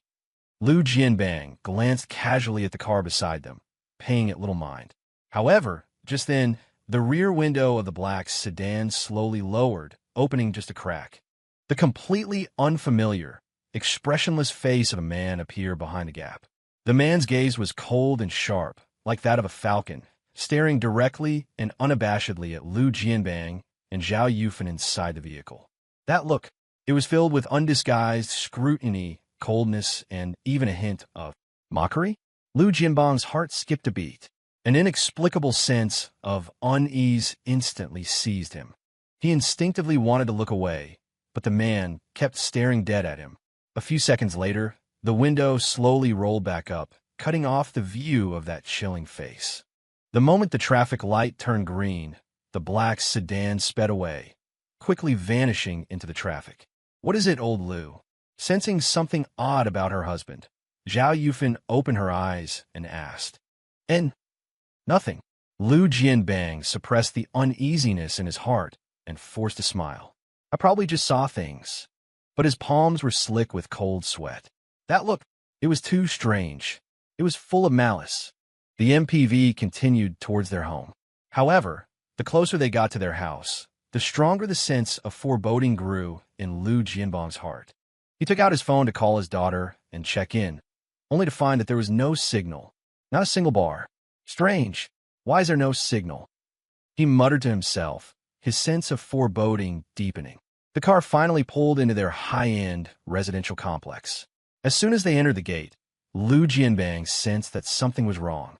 The complex was usually very quiet, but now a crowd had gathered, pointing towards their building and whispering among themselves. What's going on? Zhao Yufan frowned as well.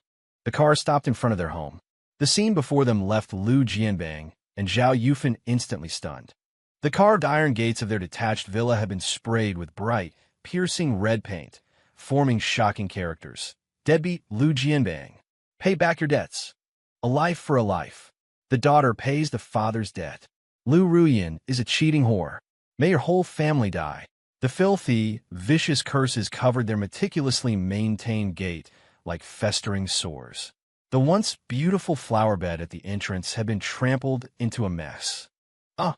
Zhao Yufan let out a short, sharp cry, her face turning instantly pale. Lu Jianbang felt as if he had been struck by a heavy blow. His body swayed. One hand clutched his chest, and his face turned from red to a sickly pallor as his breathing became ragged. Who did this? The driver was terrified too and hurriedly got out to check. Just then, several men in floral shirts, looking like thugs and clearly up to no good, climbed out a nearby van. Cigarettes dangling from their mouths, they swaggered over to the MPV. The leader, a burly man with a scar on his face, violently kicked the hood of the vehicle. Bang! A loud crash. Lu Jianbang, you old coot. We finally caught you. The scarred man grinned savagely, spittle flying as he shouted, "You've owe our brother Long 30 million in high-interest loans. With interest, it snowballed to 50 million. When are you going to pay up?" Huh? High-interest loans? 30 million? 50 million? Lu Jianbang's brain buzzed. When had he ever borrowed from loan sharks? You're talking nonsense.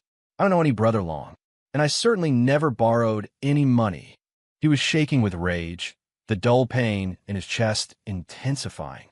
Don't know him. The scarred man looked like he'd heard the funniest joke in the world. He pulled a stack of documents from his jacket and slapped them against the windshield. It's all here in black and white. Your signature, your fingerprint, and the property of your daughter and son-in-law that you put up as collateral, trying to welch on the debt. Lu Jianbang stared at the documents, his vision suddenly going dark.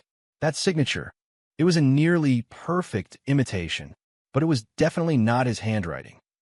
The collateral included the very villa he and his wife owned, as well as the details of the marital home belonging to his daughter, Lu Ruyan, and Qiguan Jie. Even the addresses were listed clearly. Fake! This is a forgery! Lu Jianbang screamed, feeling as though a giant hand was crushing his heart. The pain made it almost impossible to breathe. Forgery, the scarred man sneered, his eyes vicious. What you say doesn't mean SHD. It only matters what the judge says. However, before the judge decides, he waved his hand abruptly. Boys, help Boss Lu refresh his memory. Let him know the consequences of owing Brother Long money and not paying it back. Several thugs immediately surrounded them, grinning malevolently. Their baseball bats and iron chains banged against the car, creating an ear-piercing racket. Someone started kicking the car door violently. Others took out cans of red spray paint and began spraying indiscriminately all over the vehicle. Stop! You stop it! I'm calling the police! Zhao Yufan screamed in terror. She tried to take out her phone, only to discover that there was no signal. Call the police? Scarface looked as if he had heard the funniest joke in the world. He pointed his baseball bat at Zhao Yufan's nose through the car window. Go ahead and call. Let's see if the police get here faster, or if I tear your old bones apart faster. Lu Jianbang, you either pay up today or... Haha, we'll take this broken house and your wife and daughter as payment. The boys haven't tried a mother-daughter pair before. The filthy language, accompanied by rampant laughter, pierced the ears of Lu Jianbang and his wife like poison needles. You animals! Lu Jianbang's eyes were splitting with rage, immense anger and humiliation surging to his brain. He looked at the leering faces outside the car, saw his defaced home, heard the vile threats, and linked them to that cold stare on the airport highway and the anomaly of his daughter's phone not connecting. A terrifying, crystal-clear thought struck him like lightning. Qiguanjie. It was Qiguanjie. Only he had the power to forge such realistic debt documents. Only he could mobilize these lawless thugs. And only he had the motive to use such vicious means for revenge. Revenge for Ruyan's infidelity. It's Qiguanjie. Who sent you? Isn't it? Lu Jianbang clutched his chest, which was racked with intense pain. His voice was hoarse, broken, and filled with despair. Scarface paused for a moment. Then the grin on his face twisted even further. Joe, the old thing isn't too stupid after all. But so what if you know? Are you even worthy of speaking Brother Jie's name? A debt paid is a debt made. It's the law of nature. Today, you're paying this money whether you want to or not. Boys, don't waste breath on them. Get buffed. Before Scarface could finish his sentence, a mouthful of scalding blood suddenly sprayed from Lu Jianbang's mouth. Bright red droplets instantly stained the windshield and dyed the front of his shirt crimson. Old Lu.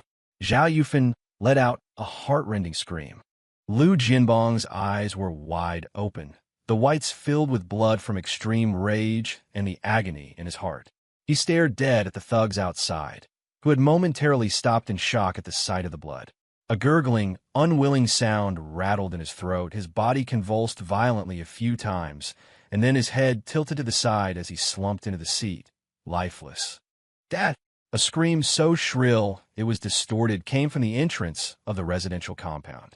At some point, Lu Ruyan had rushed out of the house. Her hair was a mess, her face pale as a ghost, the swelling on her forehead hadn't gone down, and she was barefoot, wearing only thin pajamas. She had clearly run all the way there. She had witnessed the final moment of her father vomiting blood and collapsing with her own eyes. Dad! Lu Ruyan charged toward the van like a madwoman, but was shoved away hard by Scarface, who had snapped back to reality. Get lost. Go die somewhere else. Scarface had also been startled by Lu Jianbang's sudden hematemesis, but his ferocious nature quickly returned. Damn it. Trying to play dead to get out of the debt? Not a chance. Jianbang. Jianbang, wake up. Don't scare me. Zhao Yufan threw herself on her husband, weeping hysterically. Help. Murder. Someone call an ambulance. Quick. Some of the neighbors watching the commotion began to call the police, while others pointed and whispered, but no one dared to step forward. Lu Ruyan was pushed to the ground, her palms and knees scraped and bleeding. She lifted her head, looking at her mother wailing while holding her father, whose life hung in the balance. Inside the car, looking at the fiendish thugs outside, and looking at their home covered in filth. A massive wave of grief, anger, and despair drowned her completely like a tsunami. She snapped her gaze toward Scarface, her eyes erupting with bone-deep hatred, her voice rasping like an evil spirit. Qiguanjie, Ziguanye, I won't let you go, even if I become a ghost. I curse you. I curse you to die a horrible death. The desolate curse echoed over the chaotic residential compound. In Qiguanjie's office, all was quiet. He was facing his computer screen, processing an ordinary loan document. His phone screen lit up. It was an encrypted message. Brother Jie, the show at the Lu house has concluded. Lu Jianbang suffered a sudden heart attack on the scene. The ambulance took him away. Status unknown. Lu Ruyan witnessed the whole process and had a breakdown. Zhao Yufan is hysterical. The debt documents were left accidentally at the scene as planned. Brother Long's men have withdrawn. The cops are on their way. Qiguanjie's gaze lingered on the screen for a second, his expression completely unwavering.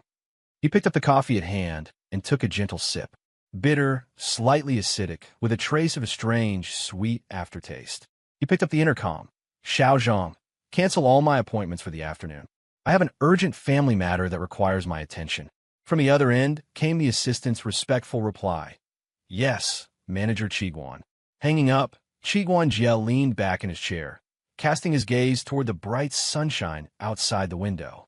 The sunlight spilled onto his chiseled face, half illuminated, half hidden in deep shadow. He slowly closed his eyes, feeling the cold flame named vengeance within his chest, burning with unprecedented intensity, and Satisfaction. The noose of implication had already tightened. Who should be next? The smell of disinfectant in the hospital was pungent, mixed with the aura of despair and death. The red light outside the emergency room shone blindingly, like congealed blood. Lu Rian curled up on the cold plastic bench, still wearing that thin nightgown stained with mud and blood, her bare feet turning blue from the cold. Her face was bloodless, her eyes staring vacantly. Her tears had long since dried, leaving only two crusted tracks. The red swelling on her forehead looked even more hideous under the pale lights. She tightly hugged her mother, Zhao Yufin's jacket in her arms, the one the nurse had just removed from her mother's body. Zhao Yufin sat beside her, looking as if her soul had been sucked out.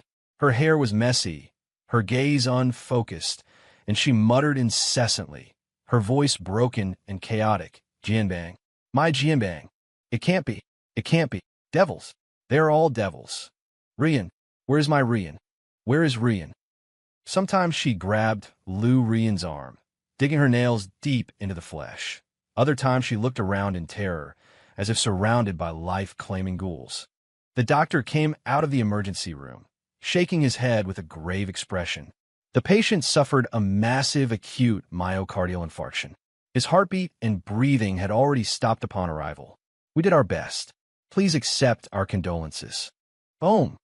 Lu Rian felt something explode in her brain. The last thread of support collapsed completely. As if struck by an invisible heavy hammer, her body suddenly went limp. She slid off the chair and knelt heavily onto the cold floor tiles. Her throat emitted rasping, gasping sounds like someone on the verge of death, yet she could not cry out. Dad! A scream of ultimate misery, hoarse and soundless, rampaged through her chest, finally turning into a mouthful of metallic blood that sprayed violently onto the cold ground. Jianbang. Zhao Yufin let out a wail that sounded inhuman, completely losing her mind. She jumped up abruptly from the chair, hair disheveled and eyes frantic, pointing at the empty end of the corridor. Laughing and crying, she screamed, "The devil! He's here! He's wearing black. He's holding a knife. He wants to kill us. Kill our whole family. Run. Run quickly." She charged recklessly toward the end of the hall, but was firmly intercepted by nurses and security guards rushing over at the noise. Only after being forcibly injected with a sedative did she go limp and get dragged into a nearby observation room. Lu Rian knelt on the cold floor, watching the gurney bearing her father covered in a white sheet being pushed out, watching her mother's manic figure being dragged away, watching the pool of glaring blood she had spat onto the ground. The world completely lost its color before her eyes, leaving only boundless darkness and freezing despair. A shattered home, truly a family destroyed and lives lost. And all of this was because of her, because she had provoked that devil, Qiguan Jie. Hate, monstrous hatred surged like magma within her cold, dead chest. She wanted revenge. She wanted Qiguan Jie to pay in blood, even if it meant mutual destruction. This thought, like a wisp of ghost fire in the dark, supported her teetering body. She staggered to her feet, her eyes empty yet burning with a mad flame. She didn't know where she was going, only that she couldn't stay here. She was going to find Qiguan Jie. Like a walking corpse, barefoot and wearing thin, blood-stained pajamas, she walked out of the hospital in a daze. The afternoon sun was blinding and scorching, but shining on her, she felt no warmth. Passers-by cast looks of shock, disdain, or pity, but she remained completely oblivious. She walked aimlessly, crossing bustling streets and traversing filthy alleys.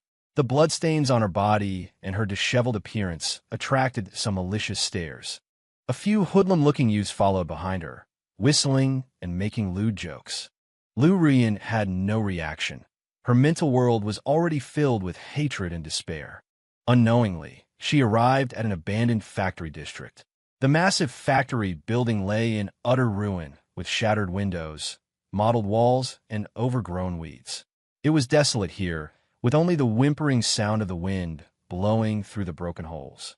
Lu Rian could support herself no longer. She leaned against a broken wall and slid down to sit. Physical exhaustion, hunger, cold, and a massive mental blow hit her like a tide. She hugged her knees, buried her face deeply into them, and her body began to tremble violently and uncontrollably. Just then, a harsh roar of motorcycle engines approached from the distance. Several modified, flashy motorcycles roared into the abandoned factory grounds, screeching to a halt in front of Lu Ruyan, kicking up a cloud of dust. 4 or 5 men jumped off the bikes, wearing tight vests revealing tattooed arms, their hair dyed various colors, their eyes lecherous and ferocious. The leader, a bald man with a thick gold chain around his neck and a cigarette dangling from his mouth, looked Lu Ruyan up and down as she curled up in the corner, sizing her up like a piece of merchandise. "Yo, looks like we got lucky today, boys." The bald man spat out his cigarette, and grinned, revealing a mouthful of yellow teeth. "In the middle of nowhere, and we find a top-tier little wildcat? Look at that figure, TSK. Boss, this chick looks kind of familiar. Doesn't she look like that one on the internet? The one messing around with that guy named Chun." A thug with green hair stared at Lu Ruyan's face and suddenly shouted, "Hey, it really is her. That one named Lu Ruyan. The one whose husband caught her cheating. Those photos online were really explicit." Another thug recognized her too and howled in excitement. Lu Ruyan snapped her head up, her hollow eyes instantly erupting with terror and extreme disgust. She recognized these men. They were some of the thugs who had splashed paint on her door this morning and driven her father to his death. That green-haired one and another yellow-haired one were there at the time. It was Qiguan Jie. It was Qiguan Jie again. He wouldn't even give her a final moment of respite. He wanted to destroy her completely. "Get away!" Lu Ruyan roared with all her might, her voice hoarse and broken. "You running dogs of Qiguan Jie. Get lost." "Although, got a temper, huh?" The bald man grinned hideously, approaching step by step. "Qiguan Jie, are you even worthy of speaking Brother Jie's name?" But his eyes grew even more lecherous. "Heard you good in bed? Got that Shingai all bewitched. How about letting us boys have a taste today? Let's see what you're really capable of, you slut." "Don't come over." Lu Ruyan shrank back in terror, her spine pressed tight against the cold wall. There was nowhere left to retreat. Despair, like cold vines, entangled her limbs and bones. "Hold her down." The bald man waved his hand. Several thugs immediately pounced on her like wolves and tigers. Filthy hands brutally grabbed Lu Ruyan's arms and hair. The pungent smell of sweat and tobacco smoke enveloped her. "Let me go. Animals. You bunch of animals. Qiguan Jie won't let you get away with this." Lu Ruyan struggled, kicked, and bit with all her life. Like a female beast cornered in a desperate situation. Smack! A loud slap struck her face viciously. It made her see stars, and blood instantly oozed from the corner of her mouth. "Stinking bitch. You ungrateful whore." The bald man spat and tore open the front of her already thin nightgown. Ryup! The sound of fabric tearing was exceptionally piercing in the empty ruins. Large patches of snow-white skin were exposed to the freezing air and the thug's lecherous gazes. Lu Ruyan let out a scream of utmost misery. Immense humiliation and terror caused her whole body to convulse. The thugs let out excited howls, swarming forward like hyenas smelling blood. Filthy hands kneaded and scratched her body at will. Her clothes were brutally torn to shreds. Her struggling and kicking were easily suppressed. Desperate cries and curses were drowned out by the thug's vulgar jeers and panting. The cold, rough concrete floor rubbed against her naked skin. The dilapidated factory dome twisted and spun in her tear-blurred vision. The heavy bodies of men, the nauseating body odor, the tearing pain, like countless red-hot branding irons, seared deep in her body and soul. She was like a rag, repeatedly ravaged and thoroughly torn apart. Every thrust brought a deeper hell. She no longer struggled, no longer cried out. She stared blankly at the gray sky, her teeth biting deep in her lower lip, blood flowing down the corner of her mouth. Her fingernails scratched frantically at the cold concrete floor until her fingertips were a bloody mess. Hate, only boundless hatred, for these beasts on top of her. For Qiguan Jie, who orchestrated all of this from behind the scenes. Hatred, like venom, bred and spread wildly within her broken body. Who knows how much time passed? It felt as long as a century. The weight finally lifted from her body. The thugs, satisfied, pulled up their pants and fastened their belts, spewing foul obscenities as they rated her performance. The bald man adjusted his belt and walked over to the barely breathing Lu Ruyan. Squatting down, he pinched her chin with rough fingers, staring at her hollow, numb face stained with tears and blood. He grinned hideously. Not bad. Truly the slut boss Chun used to play with. When we get back, we'll tell Brother Jia we did a hell of a job, eh? Lu Ruyan's eyes rolled extremely slowly, focusing on the bald man's repulsive face. Deep within that hollow gaze, a faint yet incomparably venomous flame kindled. The bald man didn't care in the least. He patted her cheek, stood up, and shouted to his men, "Let's go." What a dump. This place is bad luck. Motorcycle engines roared to life once more, and the thugs sped away, leaving behind a chaotic mess and a thoroughly broken woman. Lu Ruyan curled up naked on the cold, filthy concrete floor, her body covered in purple bruises, scratch marks, and disgusting, viscous fluids. She lay motionless, like a broken doll discarded after being played to ruin. Only the slight rise and fall of her chest proved she was still alive. The cold wind whistled through the dilapidated factory like a whimper, whipping up dust and dead leaves to strike against her freezing body. She didn't know how much time had passed before her finger twitched slightly. Then, agonizingly slowly, she pushed herself up with bloody, mangled hands. Inch by inch, she dragged herself toward the shredded, blood-stained fragments of her nightgown nearby. Summoning every ounce of strength, she grasped the tattered cloth, futilely and tremblingly attempting to cover her naked, defiled body. Every minute movement triggered a tearing agony in her lower body. Tears finally welled up again. They were not tears of sorrow, nor of fear, but of a pure, freezing hatred strong enough to incinerate everything. Qi Guanjia, Qi Guanjia, I want you dead. I want you to die without a grave to your name. She screamed silently, frantically in her heart. Every word was laced with blood and poison. The cold wind scraped across her exposed skin like a knife.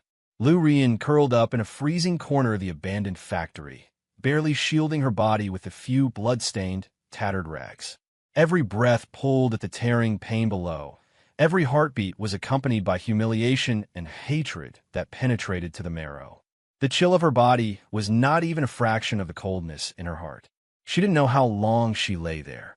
Daylight leaked through the cracks in the ruined roof, shifting from bright to dim yellow, before finally sinking into absolute darkness. Hunger and cold gnawed at her remaining strength like maggots in the bone.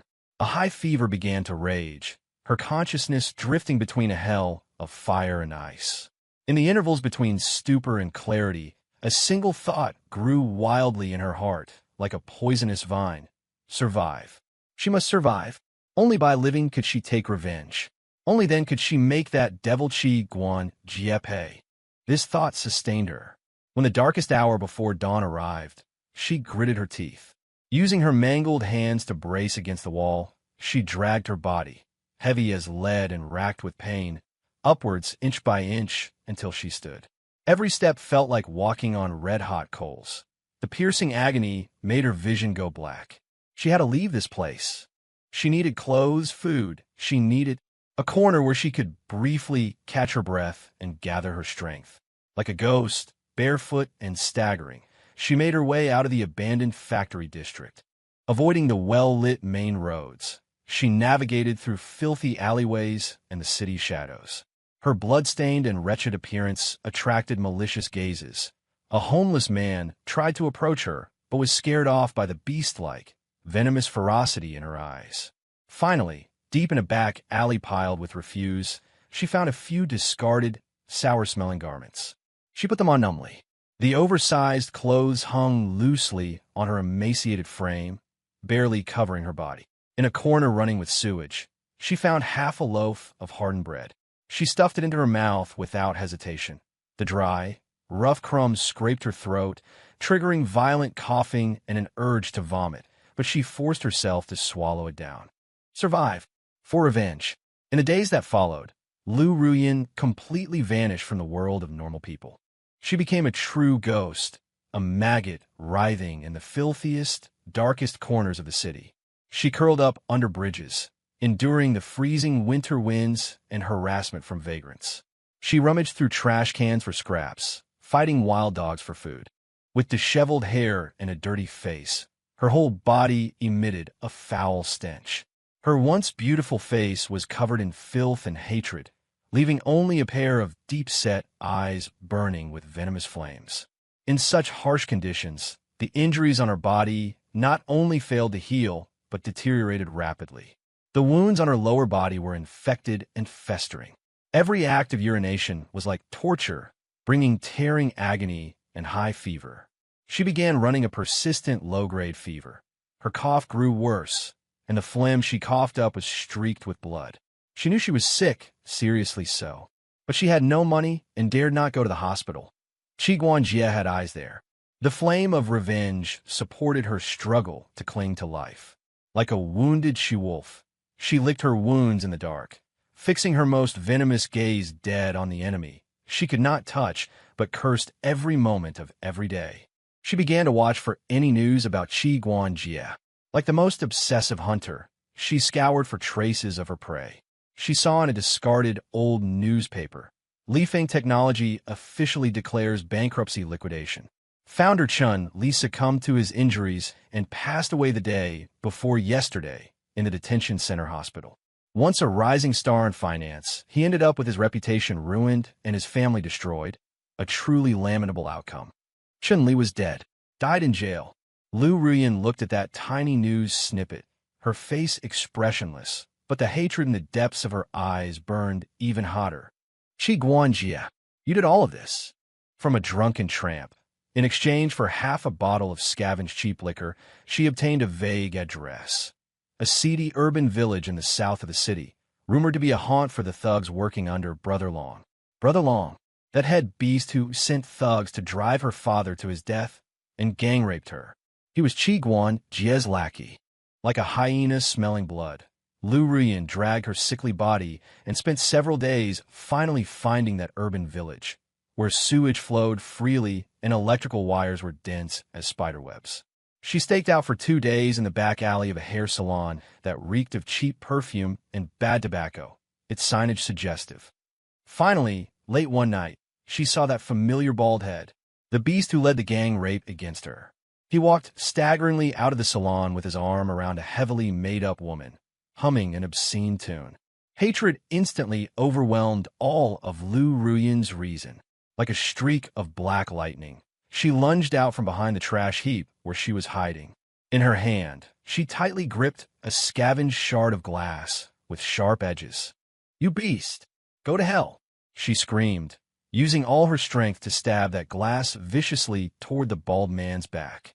However, she had overestimated her incredibly weak body. She was too slow, her strength too small. Although the bald man was half drunk, his instincts from years of brawling remained. Hearing the wind and the scream behind him, he sharply ducked his neck and instinctively dodged to the side. The sharp glass shard failed to pierce his heart, but plunged deep into his thick right arm. Blood gushed out instantly. "Arg! Fuck!" The bald man roared in fury from the pain. He whipped around to see the attacker was actually Lu Ruyan, with her face covered in filth and hatred. "Damn it! It's you, you stinking bitch!" Shocked and furious, once he recognized Lu Ruyan, his face instantly revealed a hideous cruelty. He grabbed Lu Ruyan's withered wrist and twisted it violently. Crack! A bone-chilling snapping sound. Lu Ruyan let out a shrill scream. Her wrist was brutally broken. The glass shard fell from her hand to the ground. "You want to die?" Murderous intent flashed in the bald man's eyes. His uninjured hand viciously choked Lu Ruyan's neck, lifting her entire body up and slamming her heavily against the damp, filthy wall of the alley. Ugh! Ugh! Lu Ruyan's feet left the ground. Her throat was strangled by a hand like an iron pincer, instantly suffocating her. She kicked and flailed in vain. Piercing pain radiated from her broken wrist, and her vision went black in waves. "Damn it! Didn't kill you last time, and you still dared to come here to die?" The bald man grinned malevolently, watching Lu Ruyan's face twist and turn red from suffocation. Brother Jia was right. You're just an unkillable cockroach. Disgusting. He leaned close to Lu Ruyan's ear and whispered in a voice only they could hear, filled with cruel pleasure. Let me tell you a secret. That day at the abandoned factory, the boys and we were carrying a disease. A special gift ordered by Brother Jia. Do you like it? Ha ha ha. Carrying a disease. Lu Ruyan felt as if she had been struck by lightning. Her blood froze instantly. The persistent pain in her lower body and the high fever. Could it be? Could it be? Immense fear and deeper despair drowned her in an instant. She stopped struggling. The venom in her eyes was replaced by a complete, ashen deadness. The bald man watched the change in her eyes, smirked hideously with satisfaction, and slammed her hard onto the ground as if he were tossing out trash. Bang! Lu Ruyan's body smashed against the cold, damp ground. A wave of heart-rending agony shot from her broken wrist. She curled into a ball, coughing violently and retching up acid streaked with blood. Get lost. If I see you again, I'll kill you. Clutching his bleeding arm, the bald man cursed as he kicked Lu Ruyan. Then, wrapping his arm around the terrified woman, he turned and walked into the back door of the hair salon. The alley was left with only the sound of Lu Ruyan's painful gasps and stifled whimpers. She lay prone on the ground, her face pressed against the cold, foul-smelling sewage, her body trembling uncontrollably from the agony and high fever. The bald man's words drilled into her ears like a venomous snake, carrying a disease, a gift specifically ordered by Qiguan Jia. So even her last remaining possession, her body, had been thoroughly defiled and destroyed by him. He didn't just want her reputation ruined and her family destroyed. He wanted her to die slowly and shamefully in pain and filth, like a rotting, maggot-infested corpse. Hey! Boundless hatred surged like volcanic magma within her cold, dead chest. Yet it was crushed down by an even deeper despair and powerlessness.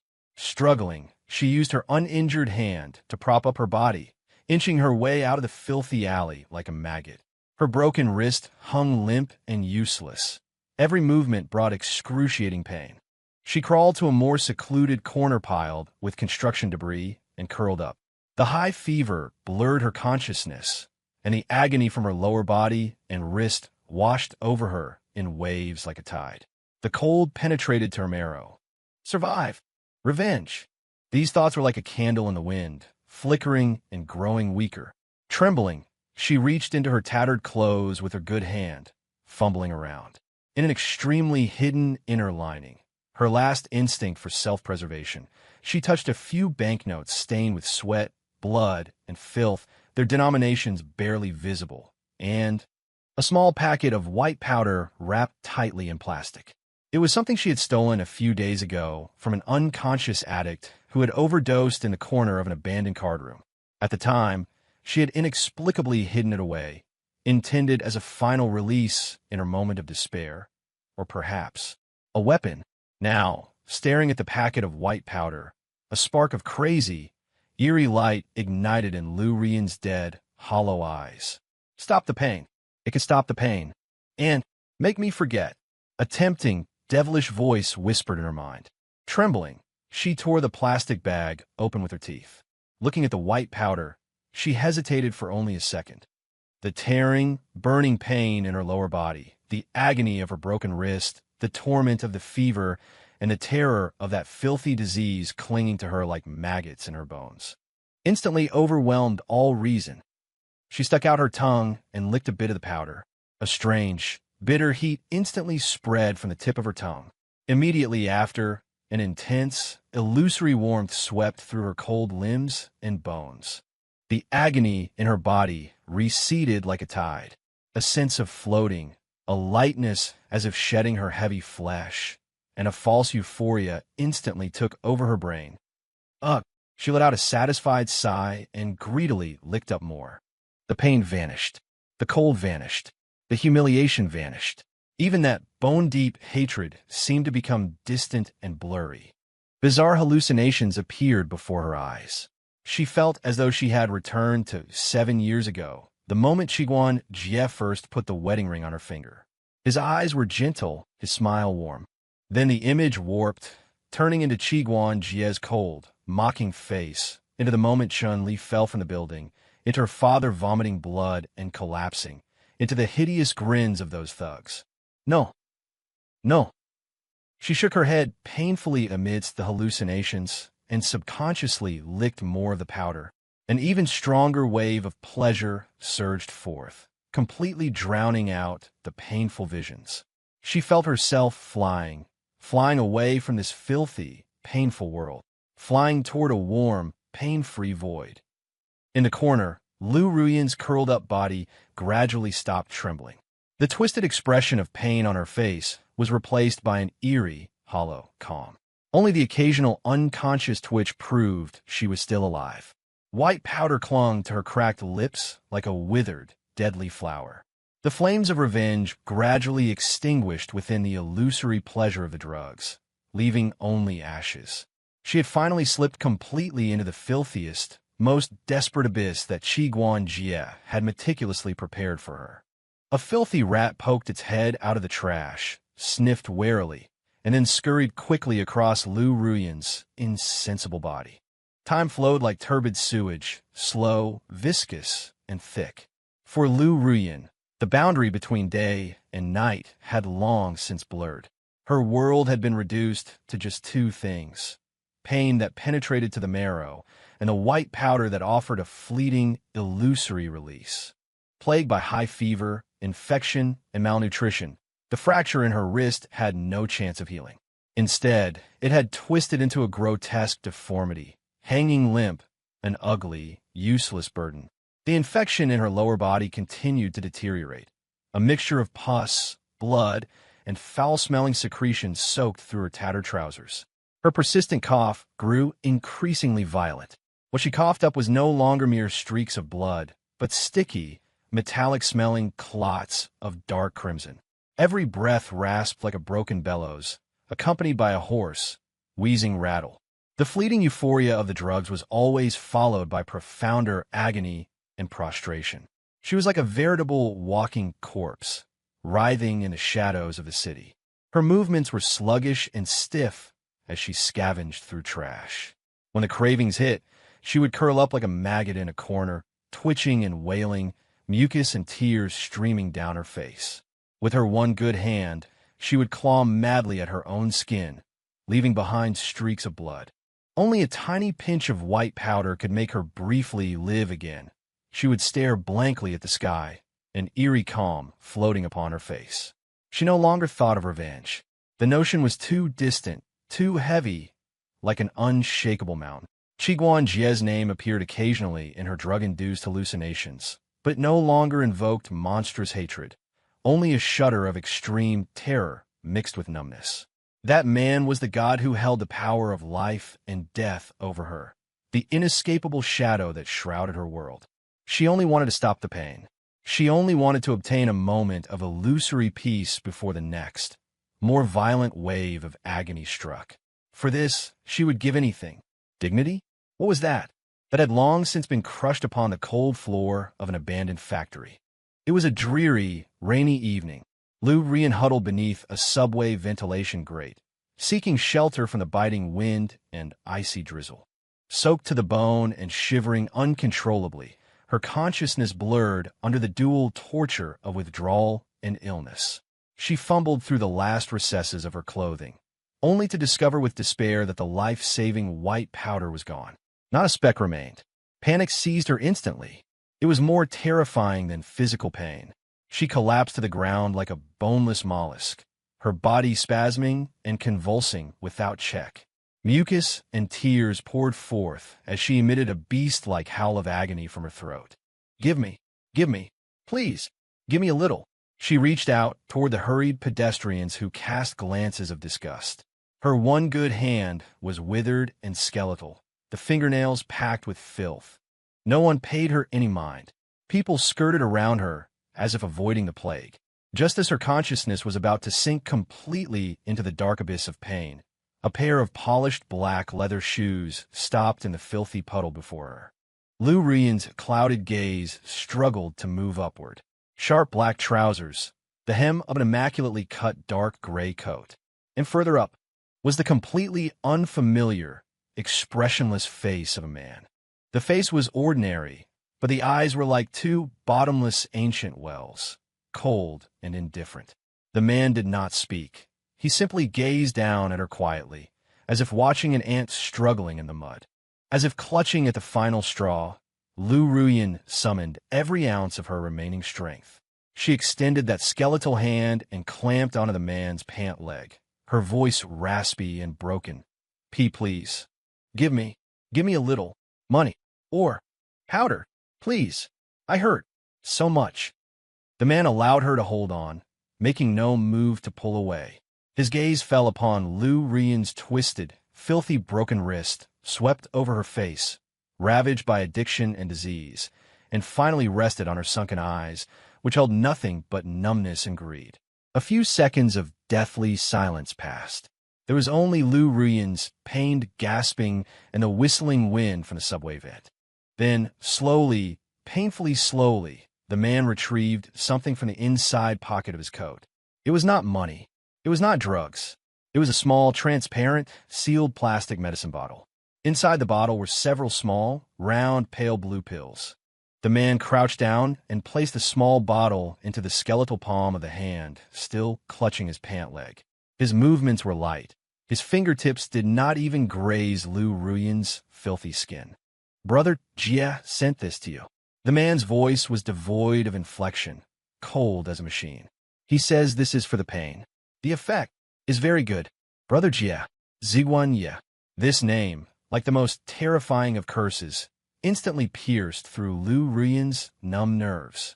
Her whole body shuddered violently, as if struck by high-voltage current.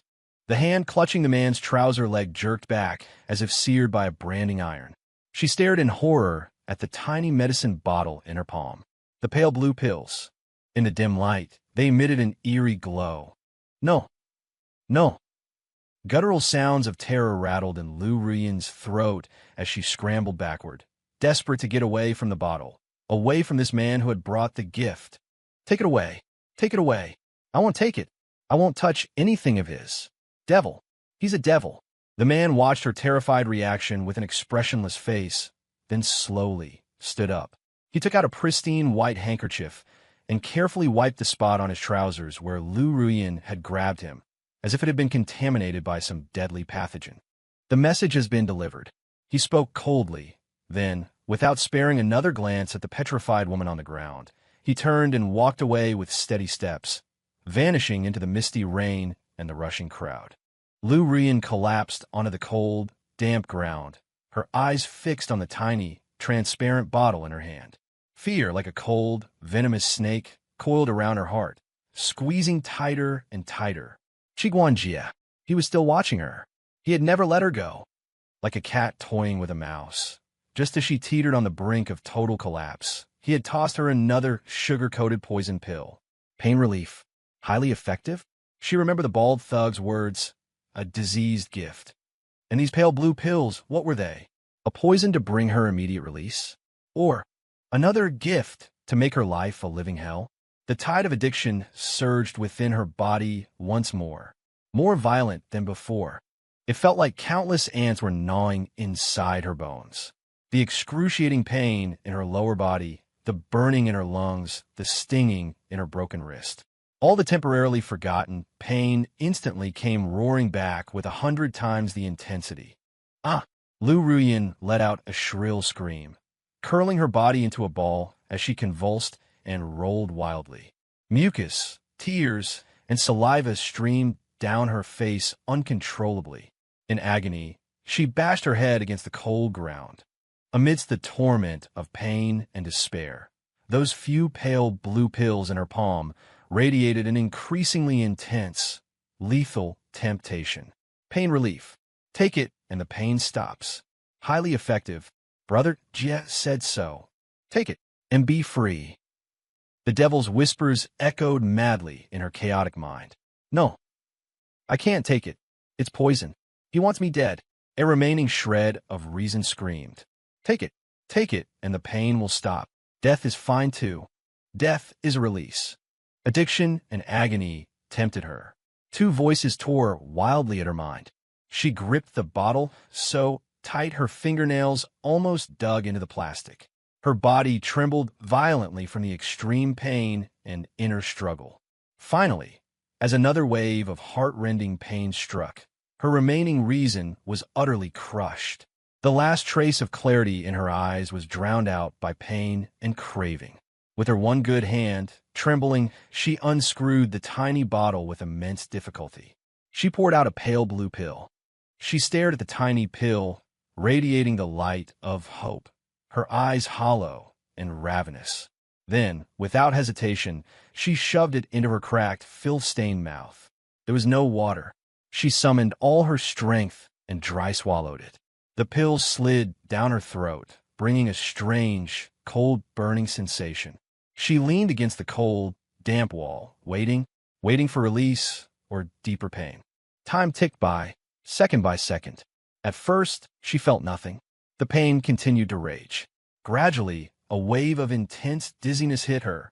The world before her began to spin and blur. An indescribable, violent nausea surged up from her stomach. She collapsed onto the ground, unable to control herself, and vomited violently. She threw up nothing but acid and green bile. The dizziness grew stronger. The world spun wildly. She felt her body become incredibly heavy, yet simultaneously weightless and floating.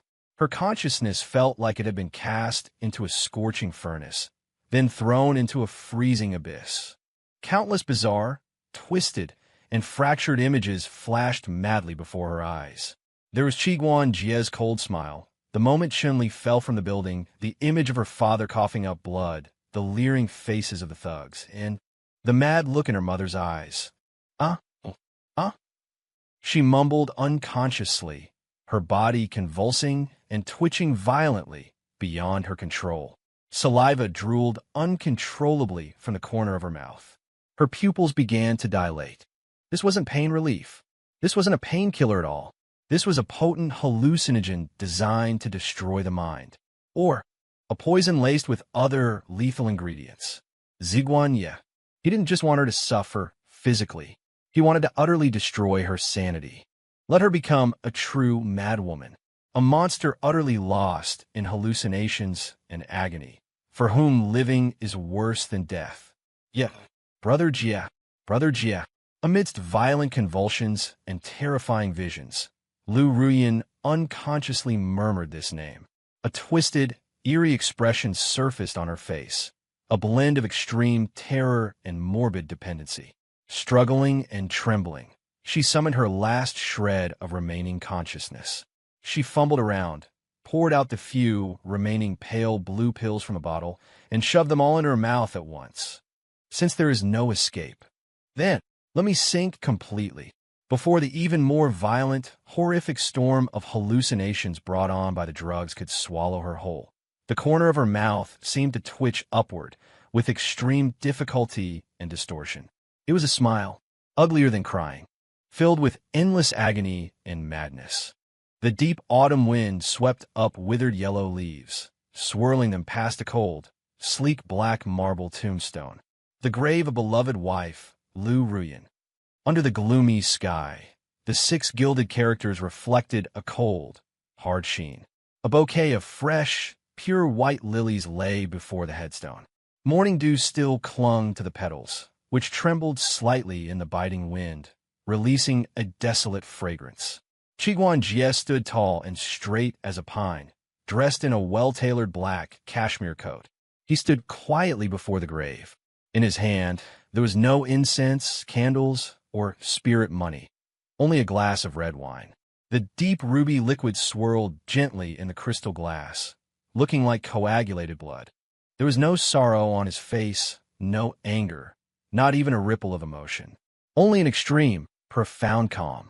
His deep eyes were like 2 frigid pools, bottomless, reflecting the cold inscription on the stone. 3 months had passed since Lu Ruyan had disappeared completely into the rain by that subway ventilation shaft. Chiguan Jie knew her ending all too well. After swallowing that bottle of potent hallucinogens, Lu Ruyan had gone completely mad. When patrol officers found her, she was stark naked, dancing wildly amidst the busy traffic, screaming, cursing at the air, and giggling foolishly. Her lower body was ulcerated and oozing pus. Her severed wrist was black with infection, and her lungs were severely compromised. The blood she coughed up stained to filth on her chest red. She was involuntarily committed to a public psychiatric hospital with the worst conditions in the suburbs. No family to sign for her, no identification, just a number. In a place like that, the fate of a penniless, raving lunatic with no next of kin was predictable. The sustained, powerful hallucinogens had destroyed her brain. She could not even control her most basic physiological functions. The severe infection in her lower body triggered sepsis. The necrosis in her severed wrist and her lung ailment deteriorated rapidly due to the wretched environment and lack of effective treatment. Less than a month after admission, on a freezing winter night, she died of multiple organ failure. Before she died, she was reduced to a bag of bones, radiating a foul stench. Her empty eyes stared at the ceiling as she ceaselessly, slurringly chanted names. Brother Gia, Brother Gia, Dad, Mom, like an absurd and desolate requiem. Her corpse was wheeled into the freezing morgue. A few days later, following the protocol for unclaimed bodies, she was sent to the crematorium and reduced to a handful of ash. There was no funeral, no mourning, not even a decent urn. It was Chiguan Jie who sent someone to the crematorium to claim that handful of ash with the cheapest white porcelain jar and bury it in this expensive cemetery. He erected the tombstone. He used the title Beloved Wife. How ironic. Chiguan Jie raised his glass to the cold headstone and gave it a gentle swirl. The scarlet liquid rippled in an elegant arc. Rian, he began, his voice deep and steady, as if catching up with an old friend. The scenery here is nice. It's quiet, warmer than under a bridge, cleaner than a garbage dump. You should like it, shouldn't you? The cold wind brushed through the treetops, making a sobbing sound, as if in response. He took a sip of the wine, mellow, slightly astringent, with the aroma of oak and a lingering finish. The cold liquid slid down his throat, yet it ignited something dormant and scorching within his blood. The scenes of the past 6 months seemed to flash before his eyes. That night on their wedding anniversary, feeling the cold ring engraved with LNC in her bag, seeing the fresh hickey on the side of her neck, fighting back the churning in his stomach, and smiling as he helped her wipe off the foundation. In the study late at night, typing the command for Spider to destroy the Li Feng technology servers. The cold clicking of the mouse while synthesizing that intimate photo that detonated the internet. Watching her smash her phone and scream in a breakdown on the surveillance monitor. Listening to the breaking news of Li Feng Technologies' collapse on the financial report. Receiving the call from Brother Long, confirming Chun Li was critically injured in the car accident. Watching her desperate wails on the surveillance feed as she witnessed her father vomit blood and die. Receiving the encrypted message from the gang leader replying, "Job well done." Hearing the news that she had contracted a filthy disease, sunk into a sea of drugs, and finally died completely insane. Every scene was as clear as yesterday. Every destruction landed precisely within his expectations, or even exceeded them. Was there anger? Once there was. At the moment the betrayal was discovered, that fury was enough to incinerate reason. Was there pain? Perhaps a trace. When the 7-year facade of warmth was torn apart, that pain was sharp and fleeting. Was there emptiness? No, not a single bit. There is only one feeling, a feeling becoming clearer, more surging and purer. Satisfaction. A cold, absolute, all-controlling, unparalleled satisfaction of crushing the traitor and her entire world into fine powder. Watching Chun-Li transform from a high-spirited financial upstart into a dying prisoner in the ICU, finally perishing on a cold detention center bed. Satisfying. Watching Liu Jianbang being driven by forged debts to a heart attack, vomiting blood and dying on the spot. Satisfying. Watching Zhao Yufan suffer a breakdown from the shock, go completely mad, and be locked away in a sanitarium. Satisfying. Watching Liu Rian fall from being a high and mighty, exquisite wife to a filthy maggot wriggling in a trash heap, gang-raped, infected with dirty diseases and drug addiction, finally rotting away in madness and agony. Satisfying. Every step of the revenge stepped precisely on their most painful spots. Every destruction brought a deeper sense of control and a stronger intensity of pleasure. Watching enemies struggle in vain within the web of destruction he wove, finally falling into the bottomless abyss, that pleasure of overriding everything and dominating fate like a god, was unparalleled. He planned all of this. He manipulated every link in the chain. He watched the actors walk step by step toward their predetermined, destructive finale according to the script he wrote, just like appreciating a magnificent play. Perfect. Absolutely perfect. Qi Guanjie took another sip of wine. The cold liquid only made the flame, named Successful Revenge, in his chest burn more fiercely and purely. He leaned forward slightly and slowly, evenly poured the remaining red wine from the glass onto the bouquet of pure white lilies. The crimson liquid soaked the pure white petals, flowing down the veins, dripping onto the cold tombstone base, and spreading into a dark red patch, like dry blood. The interweaving of white and red, the fusion of purity and filth, composed a scene that was bizarre yet poignantly beautiful. This glass is to you.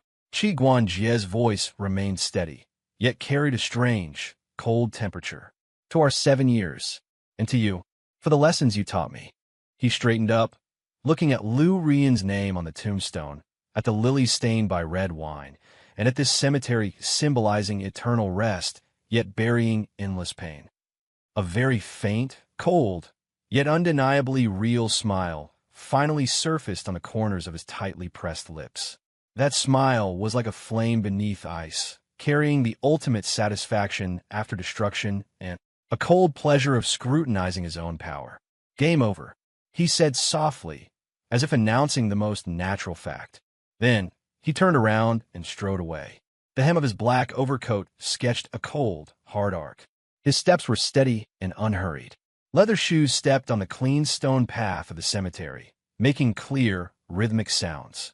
Click, click, click, like the drum beats of a victor. He did not look back at the cold tombstone or the wine-soaked lilies. The world behind him, those betrayals, pains, destructions, and deaths, was left thoroughly in that gloomy graveyard, like dust scattered by the wind. He walked out of the cemetery. Sunlight pierced through the clouds, falling on his upright back, plating it with a rim of golden light. Ahead lay the open road belonging to the victor. The wind grew stronger. It curled up dead leaves and swept past the bouquet of gradually withering, blood-stained lilies on the tombstone.